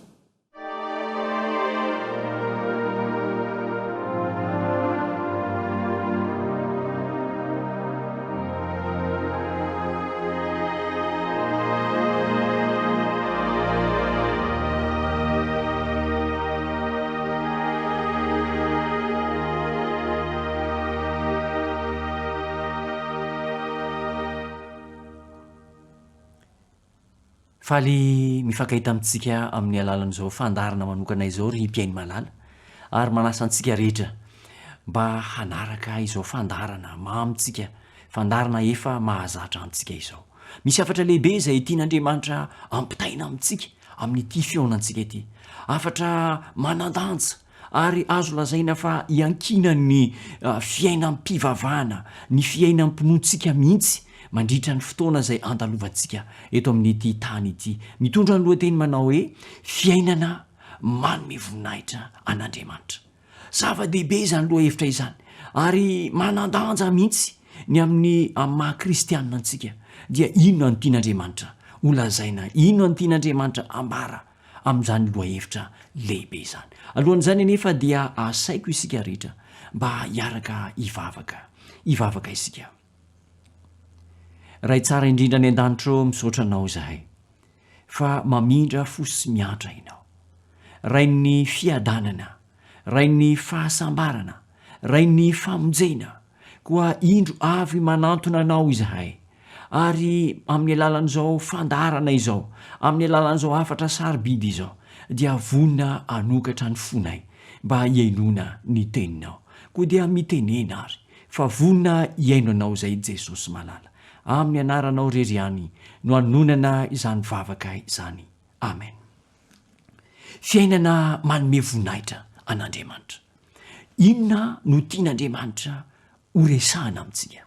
karazam-piainana manao ahoana no tian'andriamanitra hiainantsika olombelona izay tsy iza fa zanak'andriamanitra noharian'andriamanitra isika manko dia noharian'andriamanitra araka ny endrik'andriamanitra noforonin'andriamanitra araka ny tareny ka araka ny ao amin'ny genesis 2:4 genesis 2:4 dia zao no ambaran'ny tenin'andriamanitra raha ny fahafantarako azy dia efa haintsika rehetra tsy enjery io andininy io ambaran'ny tenin'andriamanitra ao amin'ny genesis 2:4 manao hoe ary andriamanitra nanao hoe andeha isika hamorona olona tahaka ny endritsika araka ny tarehintsika ary aoka izy anjaka amin'ny hazan-drano ao amin'ny ranomasina sy ny voromanidina sy ny biby fiompy sy ny tany rehetra ary ny biby rehetra izay mandady na mikisaka genesis 2:7 mbola toizany ihany io fanambarana io ary andriamanitra nahary ny olona tahaka ny endriny tahaka ny endrik'andriamanitra no namoronany azy lahy sy vavy no namoronany azy zay zany no drafitr'andriamanitra tamintsika olombelona mitovy endrika amin'andriamanitra mitovy bika amin'andriamanitra raha zavaina tsotsotra zany dia tahaka an'izao ny sary anohatra andriamanitra dia misy maso mitovy amintsika olombelona mitovy aminao misy orona mitovy amiko mitovy aminao misy sofina mitovy amiko mitovy aminao misy vava misy tanana misy tongotra misy fomitempo izany hoe dia tena ny rafibatana ara-pizika zany dia itsika olombelona izay mihitsy andriamanitra tena olombelona mitovy amintsika andriamanitra saingy izy andriamanitra izy mpamorona isika dia ny voron'andriamanitra ary ny drafitr'andriamanitra ny programan'andriamanitra dia ny atongantsika menakava olombelona zay ny foron'andriamanitra mba hiadana ho sambatra anana filaminana tsy misy tebiteby zay no programan'andriamanitra tany am-boalohany raha namorona antsika olombelona izy zao manko no voalaza ao amin'ny genesis 2:4 genesis 2:9 sy ny 7 vakintsika amin'ny anaran'i Jesosy Kristy genesis 2:9 ary Jehovah-Andriamanitra nandidy andra-lehilahy nanao hoe ny azo rehetra ao amin'ny sa dia azonao hinanana ihany fa ny azo fahalalana ny tsara sy ny ratsy aza hinanana fa amin'ny andro hinananao azy dia ho faty tokoa ianao amin'ny fotoana anafaran'andriamanitra any adama io zany dia mbola tsy misy fahafatesana mbola tsy misy fahoriana mbola tsy misy fijaliana mbola tsy misy aina nafoy na raha latsaka ka izao eritrereto ane zany hoe tsy ninana an'ilay voankazo i adama sy eva atramitsika miteny zao nitaranaka mifandimby rehetra dia eritrereto hoe tsy tonga teto amin'n'ity tany ity ny fahafatesana ny aina atao anatin'ny fiainana sambatra fiainana miadana isika ary zany mihitsy no programan'andriamanitra zao ny voasoratra ao amin'ny Jaona 1:14 filazantsara nosoratan'ny jaona toko voalohany andininy fahefatrambiny folo vakintsika amin'ny anaran'i jesosy kristy zany andalana izany izy no nisy mpiainana ary ny fiainana no fanazavana ny olona io andriamanitra io zany andriamanitra ivavahantsika io dia izy no fototry ny fiainana izy no fototry ny aina ka matoa zany a velona eto ambonin'ny tany sika matoa nateraka ireo ray aman-drenitsika na matoa misy eto amin'ity tany ity am planeta tany ity de izao sitrapon'andriamanitra ny hahavelomantsika na ina antony nahatongavantsika teto amin'ity tany ity na ina antony nahaterahantsika na tamin'ny fomba manaohoana na tamin'ny fomba manahoana fisintsika matoa tonga eto an-tany isika dia sitrapon'andriamanitra izy no nisy ny fiainana ary ny fiainana no fanazavana ny olona zao koa ny voasoratra ao amin'ny salamo andevakitsika ny tenin'andriamanitra salamo fahavalo andininy fahaefatra sy ny fahadimy salamo fahavalo andininy efatra sy ny fahadimy vakina amin'ny anaran'i jesosy inona moa ny olona no atserovana ho azy ary ny zanak'olona no amangina ho azy efa nataonao ambany kely no andriamanitra izy ary efa nosatroanao voninahitra sy fiandrianana izy ny tena programan'andriamanitra zany ry mpiaino malala dia isika olombelona manam-boninahitra isika olombelona be voninahitra tsy miankina amin'ny fananana na miankina amin'ny voninahitra na miankina amin'ny fahefana fa ny programan'andriamanitra dia ny atonga ny olona tsirairay avy manam-boninahitra zany no namoronan'andriamanitra antsika olombelona manam-boninahitra tsy tokony hoe olona mihetry voninahitra izany na olona mahatsiaro tena fa ambany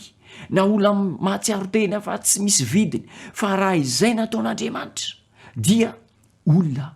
manam-boninahitra no satroan'andriamanitra voninahitra ny olombelona tsiraray avy raha tafalatsaka tsara ao am-potsika rehetra izany programan'andriamanitra eo amin'ny fisintsika tsiraray avy eo amin'ny fahavelomantsika eo amin'ny fiainantsika dia hahatsapa isika fa olona manana tombambidy manana lanja ambony de ambony araka ny nanaovan'andriamanitra azy ary tokony ho tsapantsika tsiraray avy zany aoka rotadidy manomboka androany aoka hipetraka ao an-tsaintsika fa ny namoronan'andriamanitra antsika dia mitovy endrika amin'andriamanitra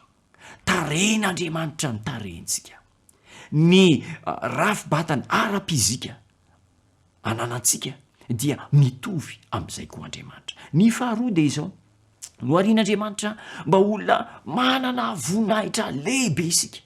olona manam-boninahitra manana ny haja ambony de ambony ary io voninahitra io dia tsy miankina amin'ny arena tokony ananantsika tsy miankina amin'ny fahalalana na ny fahaizana ny diploma ananantsika na ny fahefana matetika manko zany no indraindraintsika matetika satria manam-bola be de mitombo ny voninahitra satria manana fahefana be de ino no atao hoe manam-boninahitra satria manana diploma na fahaizana be dehibe dia iny no voninahitra ilaina izany fa eo amin'ny programan'andriamanitra de olona manana tombambidy ny olona tsirairay avy noho izany ary dia inona no fitondrantena inona no fiainana inona no toetra tokony asehontsika manoloana izany voninahitra omen'andriamanitra antsika izany manoloana izany tombambidy lehibe ambony de ambony izay nomen'andriamanitra antsika izany manana programa manokana ho antsika andriamanitra zao no ambarany tenin'andriamanitra efa nivakitsika tao amin'ny genesis toko fa 2 andininy fa 9 sy fa 7 teo ny baiko any adama andriamanitra ny amin'ny hoe aza hoanina ny hazo eo ampivoan'ny sa fa misy karazan-kazo be dia be azona hoanina ka raha ohatra ka nona ianao na nona ianao na misy etaeta mety hazo anao de ireo ny karazan-kazo rehetra azona hoanina avokoa karazan-kazo rehetra raha ohatra ka te hinana voankazo mamy ianao ohatra dia iry misy karazana voankazo mamy raha te hinana voankazo misimisy ranony ianao de ry misy karazana voankazo misy rano azonao hoanina avokoa fa izao misy anankiray dia ny anarana izy io fahalalana ny tsara sy ny ratsy io no azo hoanina aza hoanina fa amin'ny fotoana zay hinananao azy dia maty tokoa ianao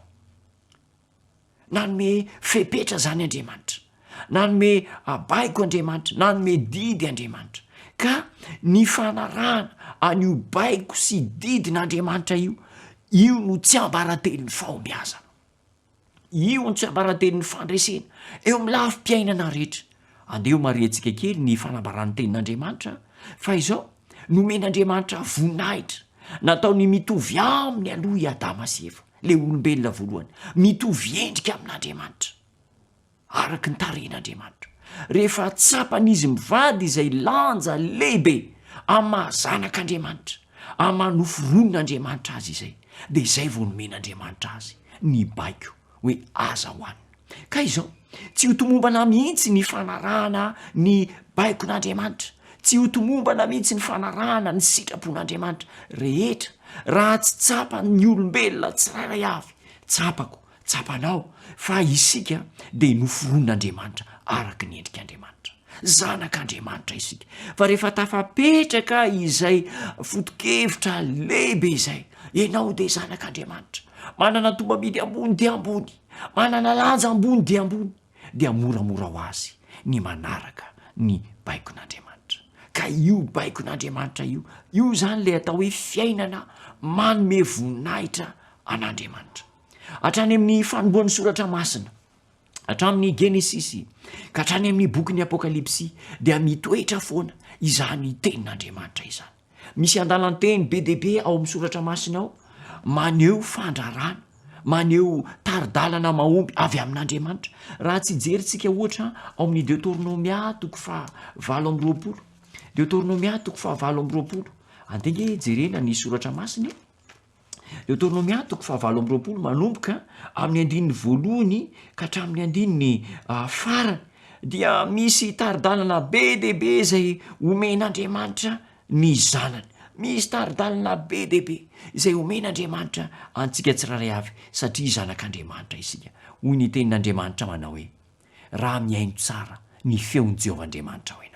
dia ataoko aminao avokoa izao soa fanambinana rehetra izao ny tao hoe fiainana manome voninahitra an'Andriamanitra izany dia fiainana manaraka ny taridalana avy amin'Andriamanitra fiainana manaraka ny baikon'Andriamanitra io zany lay atao hoe fahononantena no ny toe-javatra rehetra zay tediavin'Andriamanitra amintsika zao ny voasoratra ao amin'ny Tesaloniana voalohany toko fa 5:7 haitsika rehetra tsenjery raha ny fahafantarako azy Tesaloniana voalohany toko fa 5:7 rehefa hitantsika dia hovankina amin'ny anaran'i Jesosy Tesaloniana voalohany toko fa 5:7 manao hoe mivavah ka aza mitsahatra zany ilay fiainana manome voninahitra an'Andriamanitra fiainana voatokana ho an'Andriamanitra ao anatin'ny vavaka no ahafahantsika mifandray amin'Andriamanitra anatin'ny vavaka no ahafahantsika mahalala ny sitrapon'Andriamanitra sy ny fiainona ny tenin'Andriamanitra koa ny fiainana manome voninahitra an'Andriamanitra izany dia ny fahatsapana fa isika de zanak'Andriamanitra olona manam-boninahitra no arian'Andriamanitra mitovy amin'ny endrik'Andriamanitra ary mitondra tena tahaka ilay zanak'Andriamanitra manahaka ny fomban'Andriamanitra manahaka ny toetra n'Andriamanitra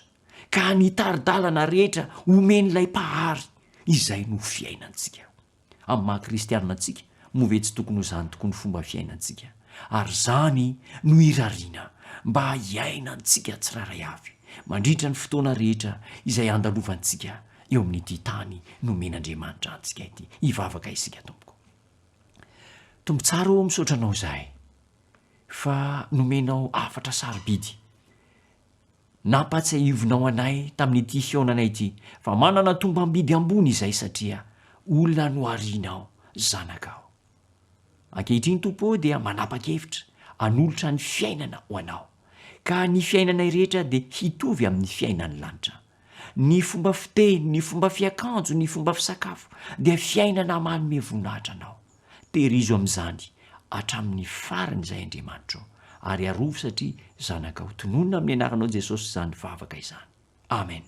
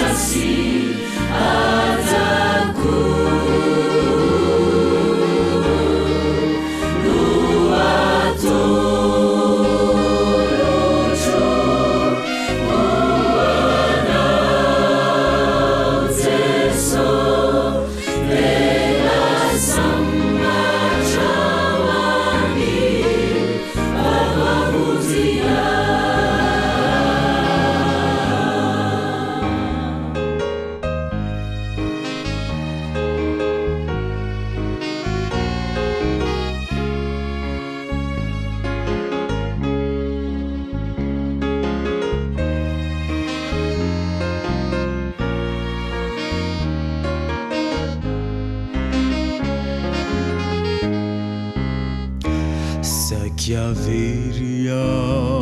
razzi teu ianao teu anila quisanandru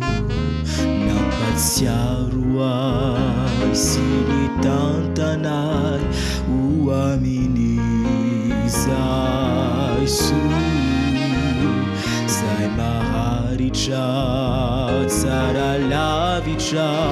umanina Jesus zani ndindra no manangai ihirawe terasa chalaza sirosana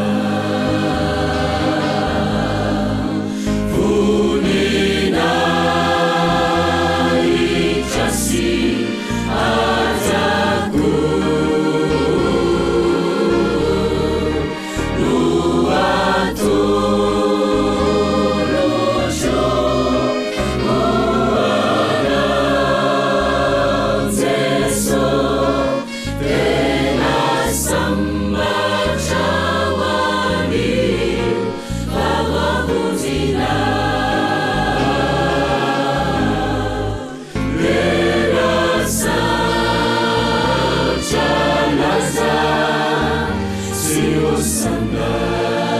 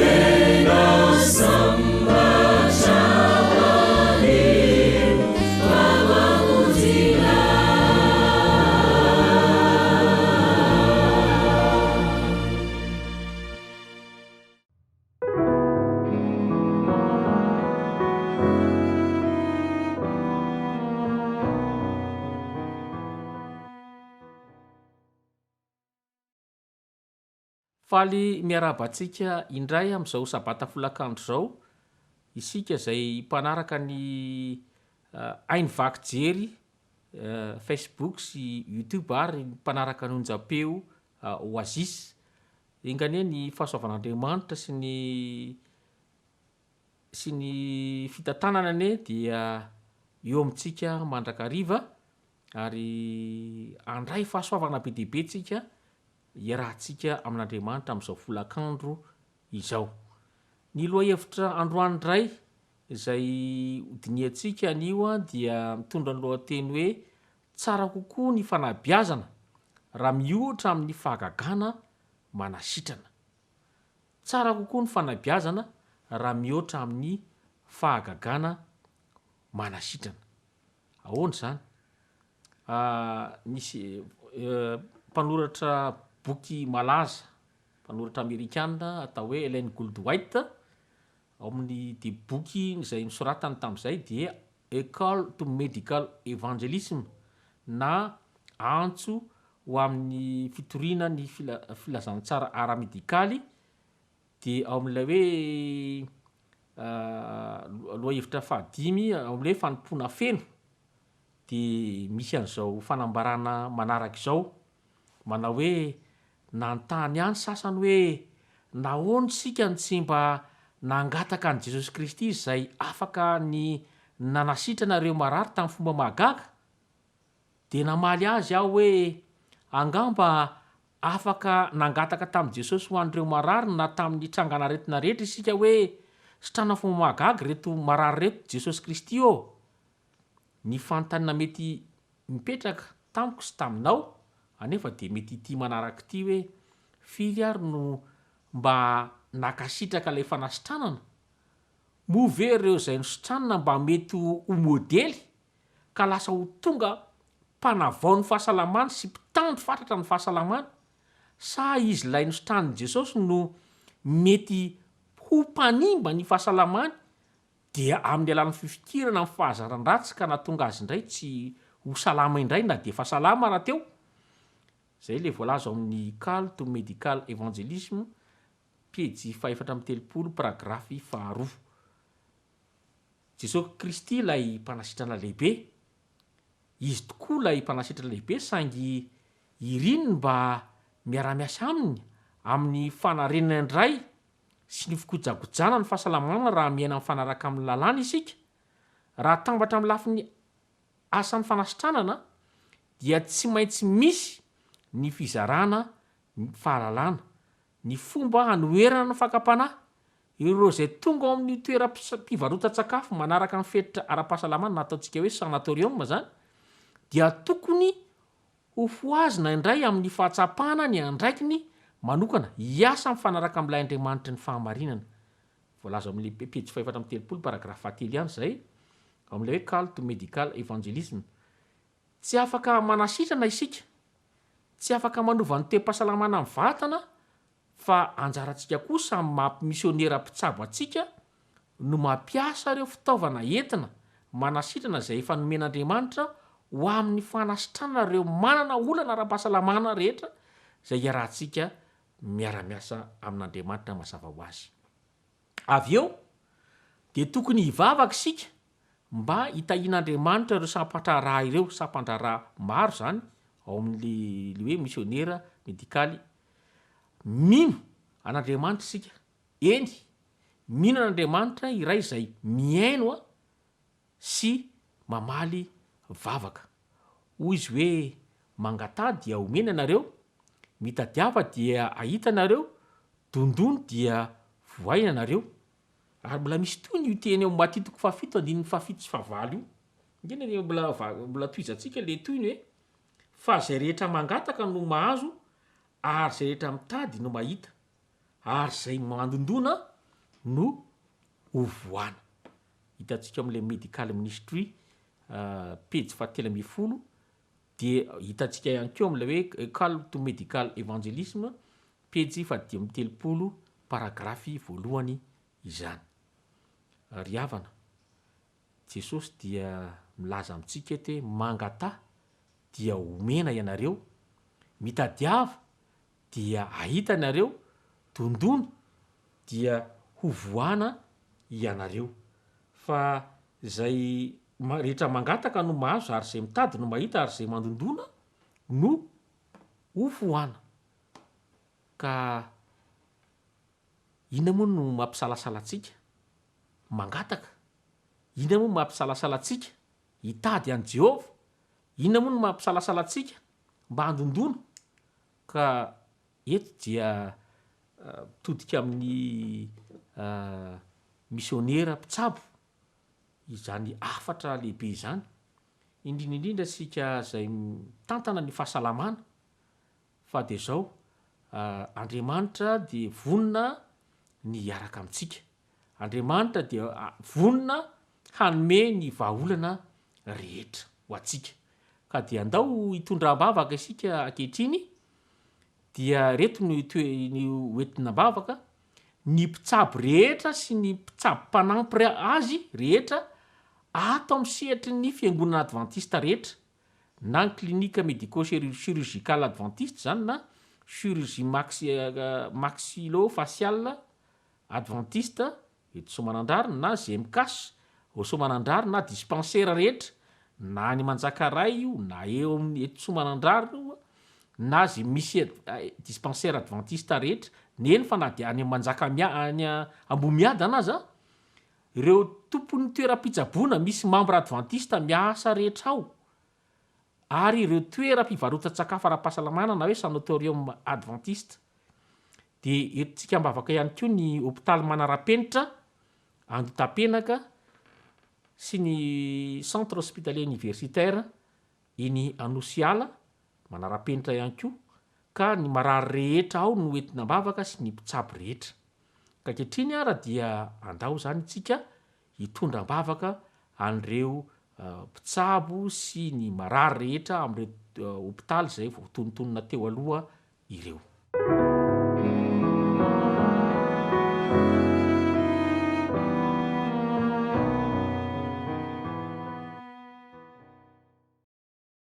Tompo Andriamanitra lehibe sy masina indrindra any an-danitro misaotra sy mankalaza ny anaranao zahay amin'izao fotoana manokana zay anarahana zao fandarana manokana izao eny Andriamanitro ianao dia vonina raha ohatra ka mitady anao izahay dia azonay antoka fa ahitanao izahay ary raha mangataka aminao ny mba anomezanao fahaizana sy fahalalana sy fanasitranana ary anampy anay mpitsabo ianao dia azonay antoka Andriamanitra fa ianao dia manasitrana ny marary rehetra ary fifaliana ho an'ny mpitsabo rehetra ny mahita ny olona anankiray zay sitrana teo mpitsaboana azy ka mangataka izay Andriamanitra mba omeo fahombiazana reto toerana zay tononona manaraka reto dia ny klinika chirurgical adventiste eto Somanandrariny ny ao amin'ny sampana chirurgie maxillo-facial na ny dentisterie ao eto Somanandrariny ny GMCAS ao Somanandrariny ny dispensaire rehetra na eto Somanandrariny na ao Manjakaray na any Ambomiadana dia ianao Andriamanitra no hijery an'ireo toeram-pitsaboan'ireo manokana ny marary rehetra amin'izany Andriamanitra dia aoka ianao no fitaovana lehibe mba ahafahana manasitrana an'ireo marary rehetra ireo. Tononona ihany koa Andriamanitra ireo mpitsabo adventiste rehetra nefa manana tombom-pahasalamana manokana ho azy na ireo mpitsabo adventiste rehetra miasa ny hôpitaly samihafa ianao Andriamanitra no hiaraka amin'izy ireny mandrakariva ka amin'ny alalan'ny fiarahana aminao dia ahita fahombiazana goavana ihany koa ireo mpitsabo rehetra reny. Tsy adino koa Andriamanitra ireo mpitsabo mpanampy rehetra sy ireo mpikarakara ny marary rehetra eny fa hatramin'ny fikojagojana ny trano hatramin'ny manadio trano hatramin'ny pikarakara madinika indrindra ao amin'ny hôpitaly ary Andriamanitra ao dia aoka Andriamanitra ho tafinyherinao avokoa ireny olona ireny. Iny Andriamanitra tsy adino ihany koa ny toeram-pisakafoanana rehetra zay mety hitondra fahasalamana dia ny sanatorium adventiste rehetra zany na any am-pielezana any. Ianao Andriamanitra mba anafy ery amin'izy ireny ka faneva ny fahamarinana tokoa Andriamanitra ireny tompona orinasa madinika ireny dia ny toeram-pisakafoanana manara-penitra ara-pahasalamana. Dia ianao Andriamanitra omba ihany koa ny centre hospitalier universitaire ao Andotapenaka sy ny centre hospitalier universitaire ao Anosiala, izay hôpitaly manara-penitra. Ingany Andriamanitra no ianao ny tsabo marary rehetra amin'io toeran'io ary aoka Andriamanitra mba hatsiaro anao hatrany ireo marary ireo. Tahaka izany koa mpitsabo rehetra tsy hakanavaka ao. Ianao Andriamanitra ny jery an'izy ireny manokana ary ianao nampahery azy ka anala ireny tebotebo sy tahotra sy ahay ao aminy mba tsy tondra valinaretina sanatriny izany any anatin'ny tokantrano fa mba tianay Andriamanitra raha mba voary somatsara izy ireny. Ka dia mino sy mananteny izay Andriamanitra fa ianao dia namaly vavaka sahady ka tononona amin'ny anarantsonao Jesosy Kristy ny vavaka. Amen.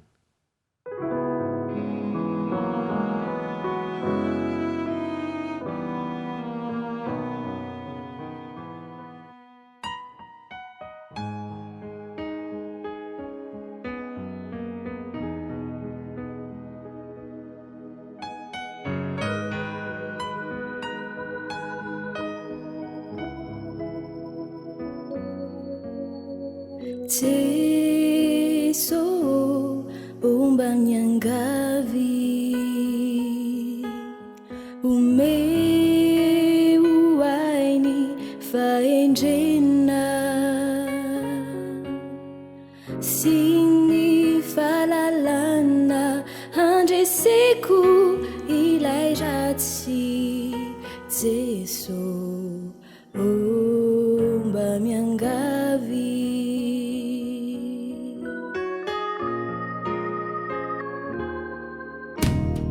Jesu umbamyangavi umeuaini faenjena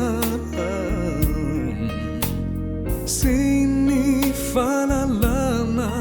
andreseku ilairati Jesu umbamyangavi Sombanyangavi umeu Deus avatireu andreseku ni fakampanai se alako amini fandrikia atauni Satana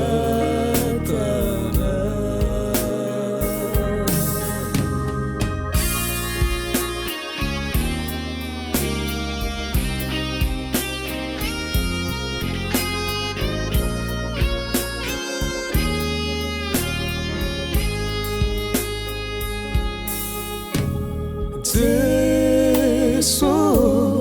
umbamyangavi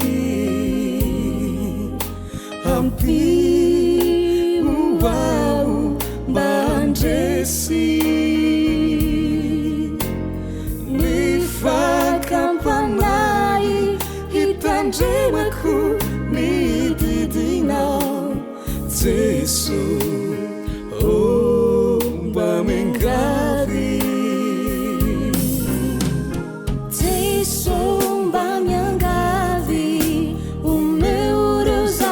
Tireu andreseku ni fakampanai se alako amini fandrikia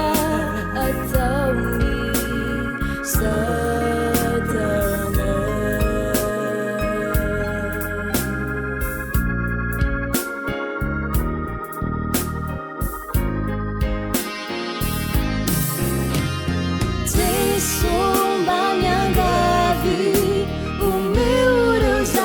Tireu andreseku ni fakampanai se alako amini fandrikia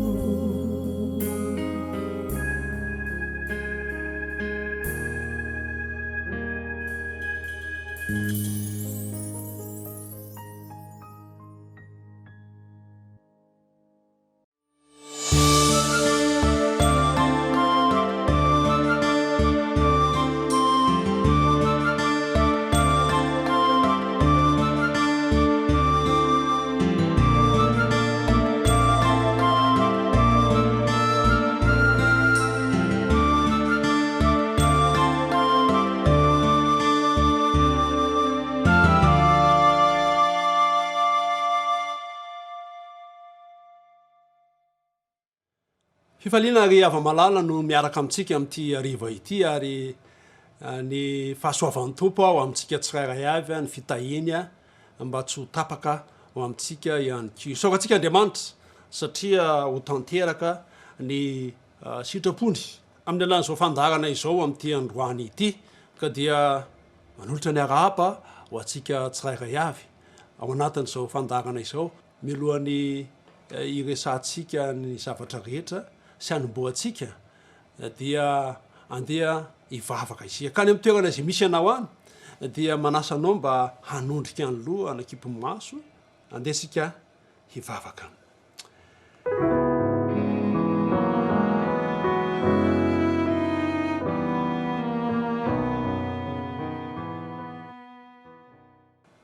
tompoandriamanitra izy tsara nirain-danitro rahainay amin'ny alalan'i Jesosy Kristy tompo misaotranao zay satria nomenao ty fotoana ity ariva ity mba hahafahanay indray mijery ny amin'ny voalazan'ny teninao sy ny amin'ny sitraponao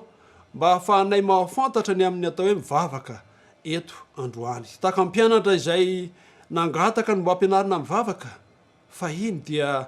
tianainy koa amin'ny alalan'izao fotoana izao zao fandarana izao ny mba azonay lesona ny amin'ny atao hoe fivavahana mideranao zay noho ny fitahinao mankasitraka ary mankalaza noho ny fiarovanao anay tsirairay avy de misotra tompo ao satria andriamanitra tsara ianao ary andriamanitra mahery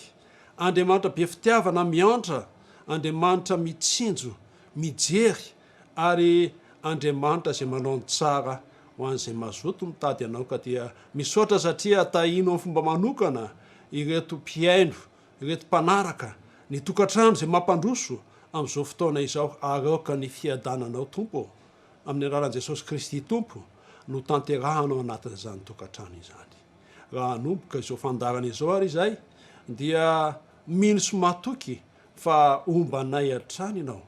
ary ny faniriana ty ampiandohana dia mba tsy ho tapaka mihitsy ny fiarahana eto ary tombo ary ireo anatrika izany aoka ny fananao masina no hiasa aminay tsirairay avy ka andraisanay amin'ny mpanahy izao zava-panahy tanteraka izao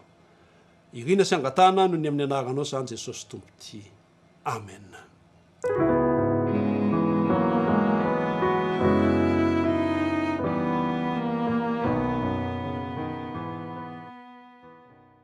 mivavaka ao amin'ny fanahy ary isika de malala fa ny fanahy masina no tianao resahana eto ny fanahy masina zay andriamanitra ihany koa mivavaka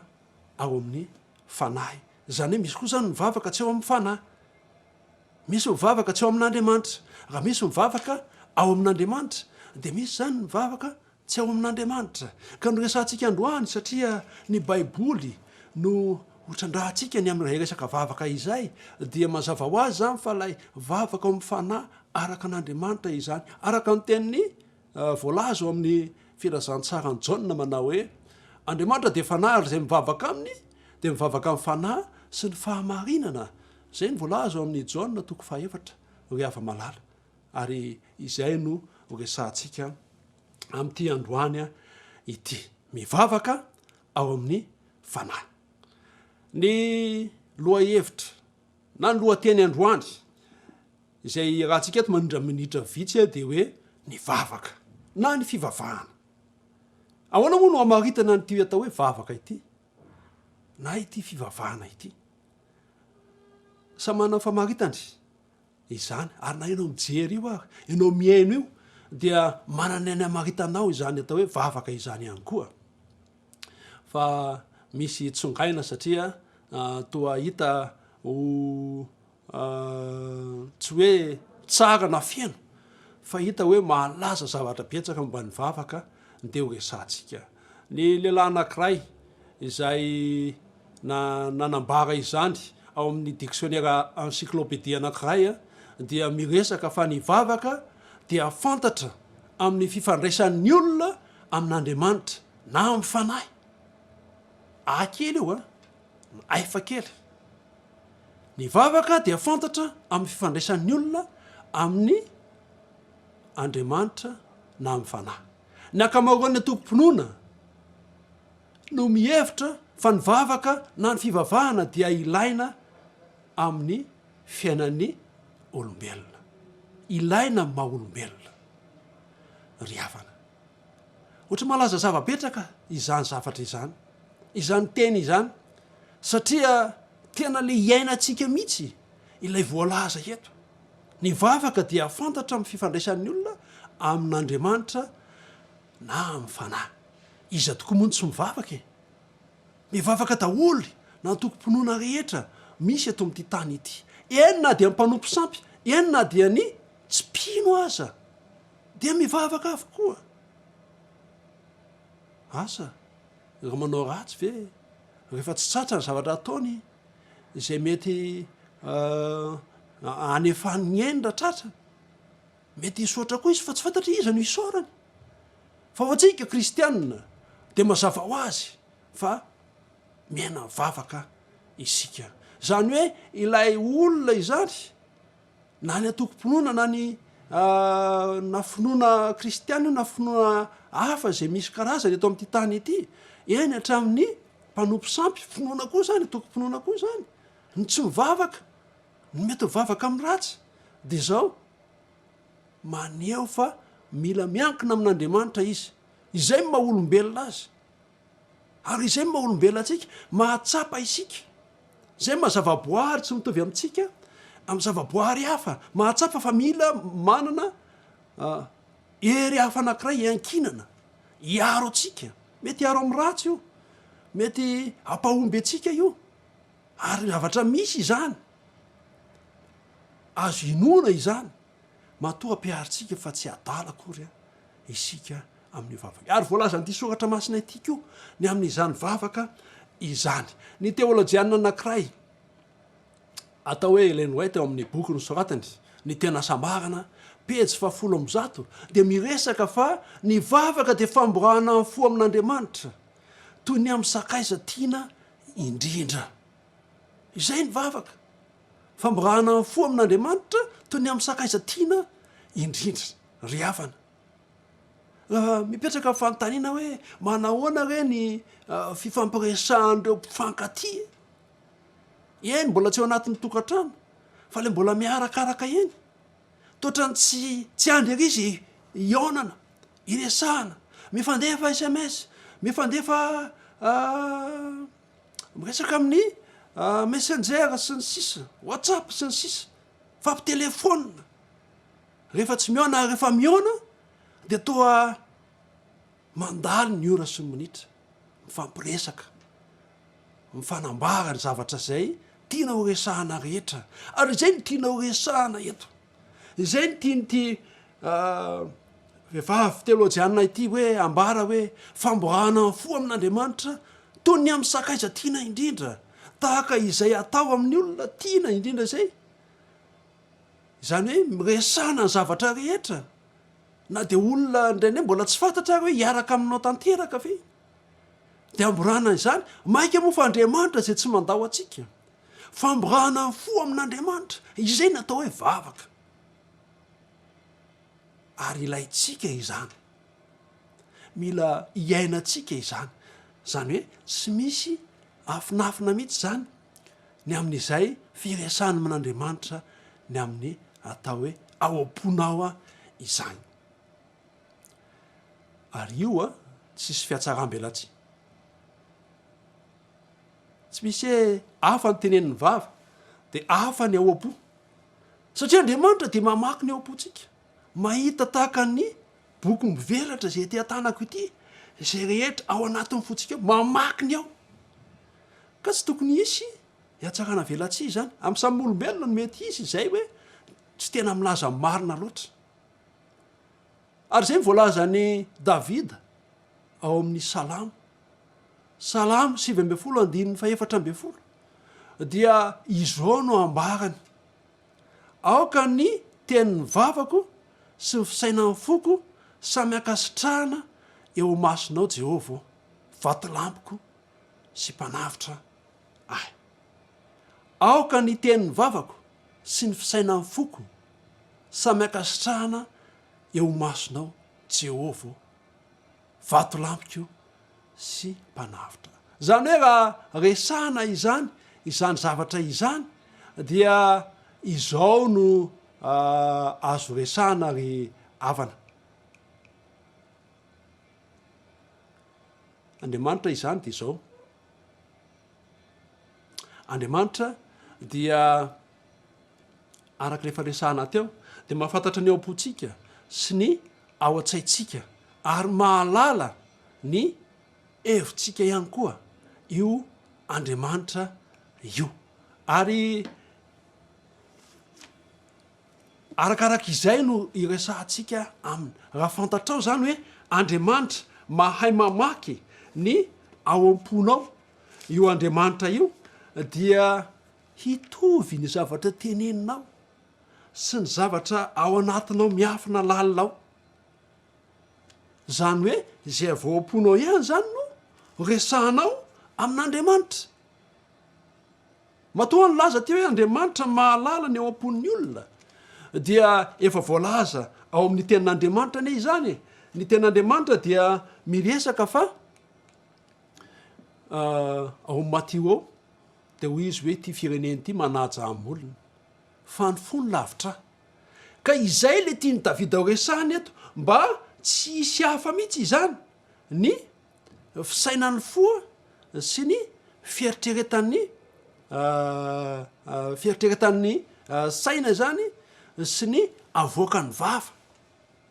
Ohatrany hoe zavatra sarotra ihany izany ary zavatra tsy tokony ho ataotsika satria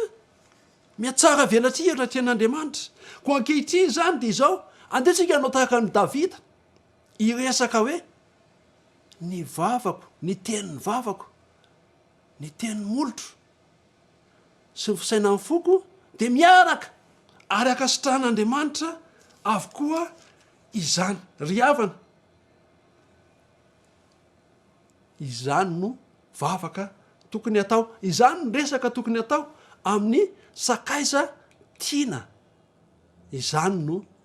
famaritana ny atao hoe vavaka. Zao ny voalaza ao amin'ny boky anankiray ny tena sambarana ihany. Ento eo amin'ny mandrakariva, eto eo amin'ny lohan'Andriamanitra mandrakariva ny ilainao, ny fifalianao, ny fahorianao, ny fanahinao, ny tahotrao. Tsy ahasasatra an'Andriamanitra na havalaka azy ny anaovanao izany. Ry havana, ireo nge no mamaritra ny fiainantsika e. Fifaliana, fahoriana, fanahiana, tahotra. Zay ny fiainantsika izay.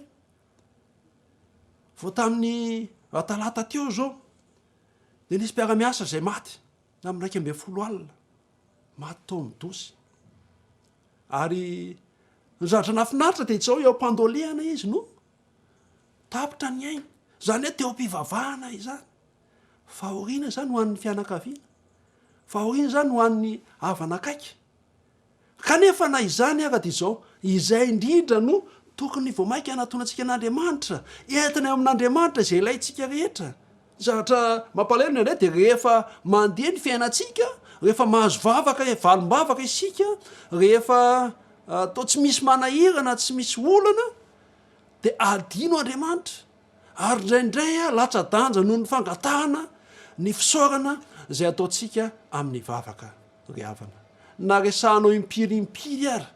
ny olanao angatanao amin'Andriamanitra foana dia tsy ahasasatra an'Andriamanitra, tsy ahavalaka azy ny anaovanao izany. Andriamanitra de maharpo amintsika ary miaino antsika mandrakariva manoloana ireo olana zay mahazo antsika ry havana. Ento ao aminy izany, ento eo amin'ny Kristy izay rehetra manahirana anao. Isika olombelona no mety miaino indroa de leo rehefa hitarainana sy resana ny amin'ny zavatra mampahory antsika, fa Andriamanitra kosa de tsy mba valaka na reraka na leo miaino antsika. Ny fony fiain'ny fitiavana hoy ihany ny voalazan'ny boky de mangoraka noho ny fahoritsika. Enina dia ny fitantarantsika an'ireny asa ilain'Andriamanitra ianao miresaka. Asa mana hoe Andriamanitra mahafantatra momba, Andriamanitra miaino, Andriamanitra mahita, ka tsy fantave zay atao amiko. ny fo mangoraka sy fiaino fitiavana no ny fahoritsika dia miaino ny fitarainantsika ry havana miaino atsika eo Andriamanitra io dia izao no voalaza ny mpanao salamo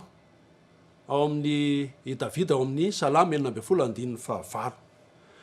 entiko eo anatrehanao entiko eo anatrehako mandrakariva Jehova ataoko eo anatrehako mandrakariva Jehova azafady fa eo akavanako izy ka tsy angozoozo aho eo anatrehan'ny olana sy zavatra trehanao zany de zao apetrao eo anatrehanao mandrakariva Jehova apetrao anatrehanao mandrakariva Jehova akzay le no resahantsika teo hoe eto mandrakariva eo anoloan'i Jehova ny zavatra ilainao ry havana toy ihany ny vaky teny zay voalaza ao amin'ny pejy 4:9 ao amin'ny boky io ihany ento eo amin'ny zavatra rehetra manahirana ny saina tsy misy loza mahazo tsy misy tebiteby mampijaly ny fanahy tsy misy fifaliana mahamiramirana tsy misy fivavahana marina na voky ny vava izay tsy voadiniky ny raintsika zay any an-danitra ry havana na tsy nanaitra azy niaraka tamin'izay eto anatrehan'Andriamanitra izany rehetra izany ary rehefa apetraka amin'Andriamanitra dia apetraka eo aminy tokoa rehefa oentiny eo aminy dia atao eo aminy tokoa aoka izany ho atsika kristianina mivavaka mba tsy isy ny olona izay mety trotraky ny fahadisom-panantenana trotraky ny ara-tsaina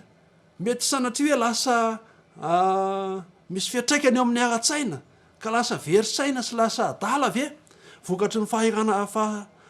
fahasahiranana eo amin'ny saina mety ho tapaka lalan-draha ve mety ndosy ny fahafatesana ve ry havana Andriamanitra dia afaka hitondra ny enta mavesatsika apetrao aminy ny zavatra rehetra satria tsy misy loza mahazo miatra atsika na de kely indrindra amin'ny zanany azy tsy misy tebiteby mampijaly amin'ny fanahy tsy misy fifaliana mahamiramira naraka voaresaka iteo ary tsy misy fivavahana zay nalaoko mivava izay tsy voadiniky ny raintsika zay any an-danitra na tsy nanaitra azy niaraka tamin'izay ry havana aza mieritreritra hoe zany ve de ho angatahako amin'Andriamanitra fa angatao amin'Andriamanitra za asehoy amin'ny fiainanao rehetra aseho fa miankina amin'Andriamanitra ianao izay maha olombelona atsika izay maha olombelona misy saina olombelona manana fihetseham-po olombelona mahatakatra fa misy pahary izao rehetra izao izay no mahazavaboary manokana anao ampiaro zany tombotsoa lehibe izany zao no voalaza ny tenin'Andriamanitra ao amin'ny Petera voalohany 5:7 ko am'izany manetrietena eo ambany tana maherin'Andriamanitra mba hanandratany ianao amin'ny fotoanandro ary apetrao aminy mifanahinao rehetra fa izy no iay anareo ry havana izay no teny zay fampahirezana omena atsika ny vavaka ne io apetrao aminy mifanahinareo rehetra fa izy no miay anareo oetitsika aiza indray ara io olatsika io oetitsika indray aiza indray ary io ao amin'ny vavaka efa voambara teo fa ny vavaka dia resaka atao amin'Andriamanitra toy ny amin'ny sakaiza tiana indrindra famborana ny eo-po amin'Andriamanitra toy ny amin'ny sakaiza tiana indrindra ary ny tenin'Andriamanitra ary moa zany araka voalazan'ny Davida de hoe loary eo anatrehany ny fonareo Andriamanitra noaro atsika ry havana mila loaritsika eo anatrehantsika ny zavatra rehetra eo anatrehan'Andriamanitra ny zavatra rehetra satria Andriamanitra noaro sy ero atsika izy no afaka mamonjy atsika ny dikan'izany ry havana izy zany tokony ivavahantsika mazava ho azy araka izany ilay Andriamanitra raitsika zany an-danitra io no mpamonjy atsika io no afaka miaro atsika io no afaka mamelona io no afaka miaro atsika ny amin'ny areti-mandringana sy ny loza rehetra zao ny voalazan'i Jesosy araka ny voarakitra ao amin'ny filazantsarany Jaona 4:7-20 sy 4:20 fa avy ny andro sady tonga ankehitriny raha ny tena mpivavaka hivavaka amin'ray amin'ny fanahy sy ny fahamarinana fa ny fanahy koa fa ny ray koa mitady ny mpivavaka aminy ho tahaka izany. Andriamanitra de fanahy ary izay mivavaka aminy tsy maintsy mivavaka amin'ny fanahy sy ny fahamarinana. Izay no atao safidianantsika mivavaka ao amin'ny fanahy, mivavaka ao amin'ny fanahy satria ity tenin' Jesosy ity no fotoran'izany resaka sy loha hevitra izany ary manodidina an'izay no resahantsika momba n'ity vavaka ity. Mivavaka amin'ny alalan'i Jesosy, mivavaka amin'ny alalan'i Jesosy. Zay voalaza ny apôstôly Paoly amin'ny Kolosiana 3:7 manao hoe ary na inona ataonareo na miteny na amin'ny asa dia ataovy amin'ny anaran'i Jesosy tompo izany, ka misaoran'Andriamanitra amin'ny alalany, amin'ny alalan'i Kristy ny isaorana, amin'ny alalan'i Kristy no zavatra rehetra ary mivavaka amin'ny anaran'i Jesosy isika. Zay no amarana antsika mivavaka matetika amin'ny hoe amin'ny anaran'i Jesosy. Amen. Ry havana, amin'ny alalan'i Jesosy no anaovantsika mivavaka ary mazotoa mivavaka fa Andriamanitra miaino mivavaka, mitsinjo atsika ary miaino ny fitarainantsika. Izay ny voalaza ao amin'ny Salamo 4:3-5 manao hoe ny mason'i Jehova dia mitsinjo ny marina ary ny sofiny miaino ny fitarainany. Ry havana, fanao fotoanantsika androany ary nirariana dia izao mba atadiavanao sy atsapahanao an'izay famaritana ny atao hoe vavaka izay dia hoe resaka atao amin'Andriamanitra, famborana fo amin'Andriamanitra toy ny amin'ny sakaiza tiana indrindra. Davida moa dia nyteny hoe mandoatra ny eo am-po eo anatrehan'Andriamanitra, izay tenena fomba fiteny amin'izao fotoana izao hoe mamoraka ny eo am-po amin'Andriamanitra ary mila mivavaka amin'Andriamanitra isika, mametraka ny zavatra rehetra eo amin'Andriamanitra, izay mpamaly vavaka. Ry havana, aza misy afenina fa resao aminy dia matokia azy fa mamaly ny vavaka izay ataontsika Andriamanitra ary aoka mba hanaraka ny sitrapona, fa masony dia mitsinjo izay marina sy manaraka ny sitrapona ary ny sofiny miaino ny fitarainany. Salamo 4:3-5 zay avy vakitsika teo. Ny aliko amin'ity hariva ity dia zao anao fanandramana ianao ary anao fanandramana mihoatra zay tamin'ny lasa rehetra na amin'izany hoe mivavaka, miresaka amin'Andriamanitra, tsy misy zavatra hafi na afenina, tsy misy tsara velatreritra eo anatrehan'Andriamanitra fa mitantara aminy tahaka ny fitantarana amin'ny olo-tiana amin'ny vady ny zavatra rehetra zay manjoa. Andriamanitra ny tahantsika ary mirary atsika mba homban'ny fahasoavany sy ny fiarovany amin'ity hariva ity raha andiny alina ka ho tafafondray raha maraina. Andesika hamarana izao fotoana izao amin'ny alalan'ny vavaka.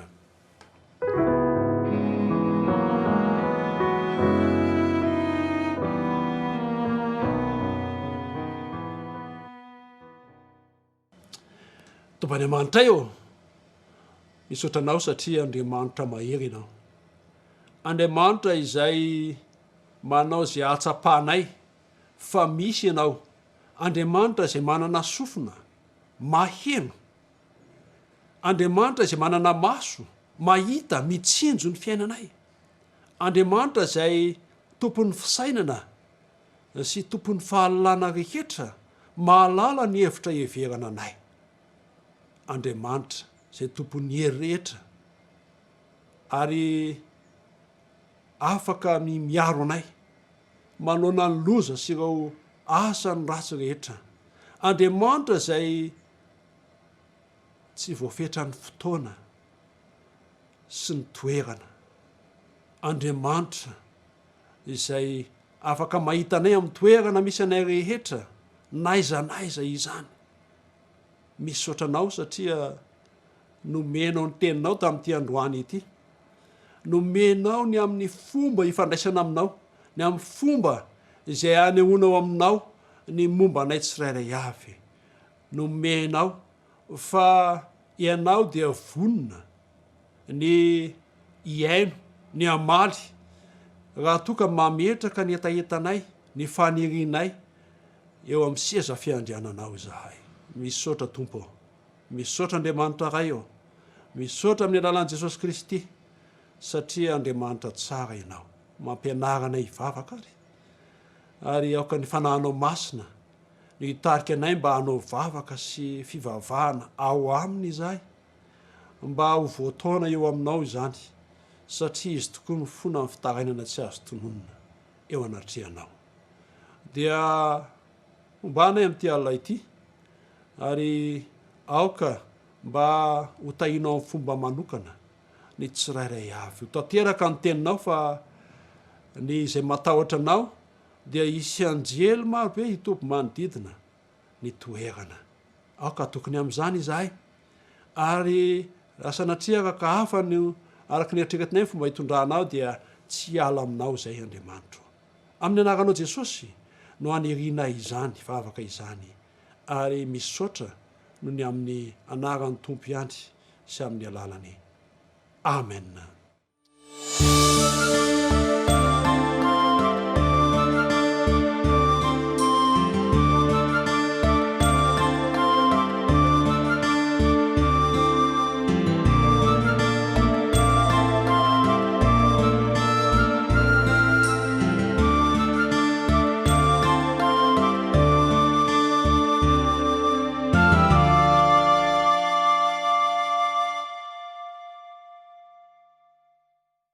arak'izao tsikitsiky hitatsika zao a dia faly zay niraka tamintsika teto satsany volasoa sy vatosoa faly zay niraka tamintsika tamin'ity sabata ity isaorantsika koa andriamanitra inonay amin'ny fonay manontolo koa fa isika miakavy dia faly ary dia mifampizara sy mifanakaly teto isika nakaly zavatra tsara mihitsy araka ny loha hevitra ny fanirianay dia mba hanao fanakalozana tsara indrindra isika mba hanana safidy tsara isika eo amin'ny safidy zay eo amin'ny fanapaha-kevitra zay ataontsika inona ny atakalo inona ny tokony lohalaharana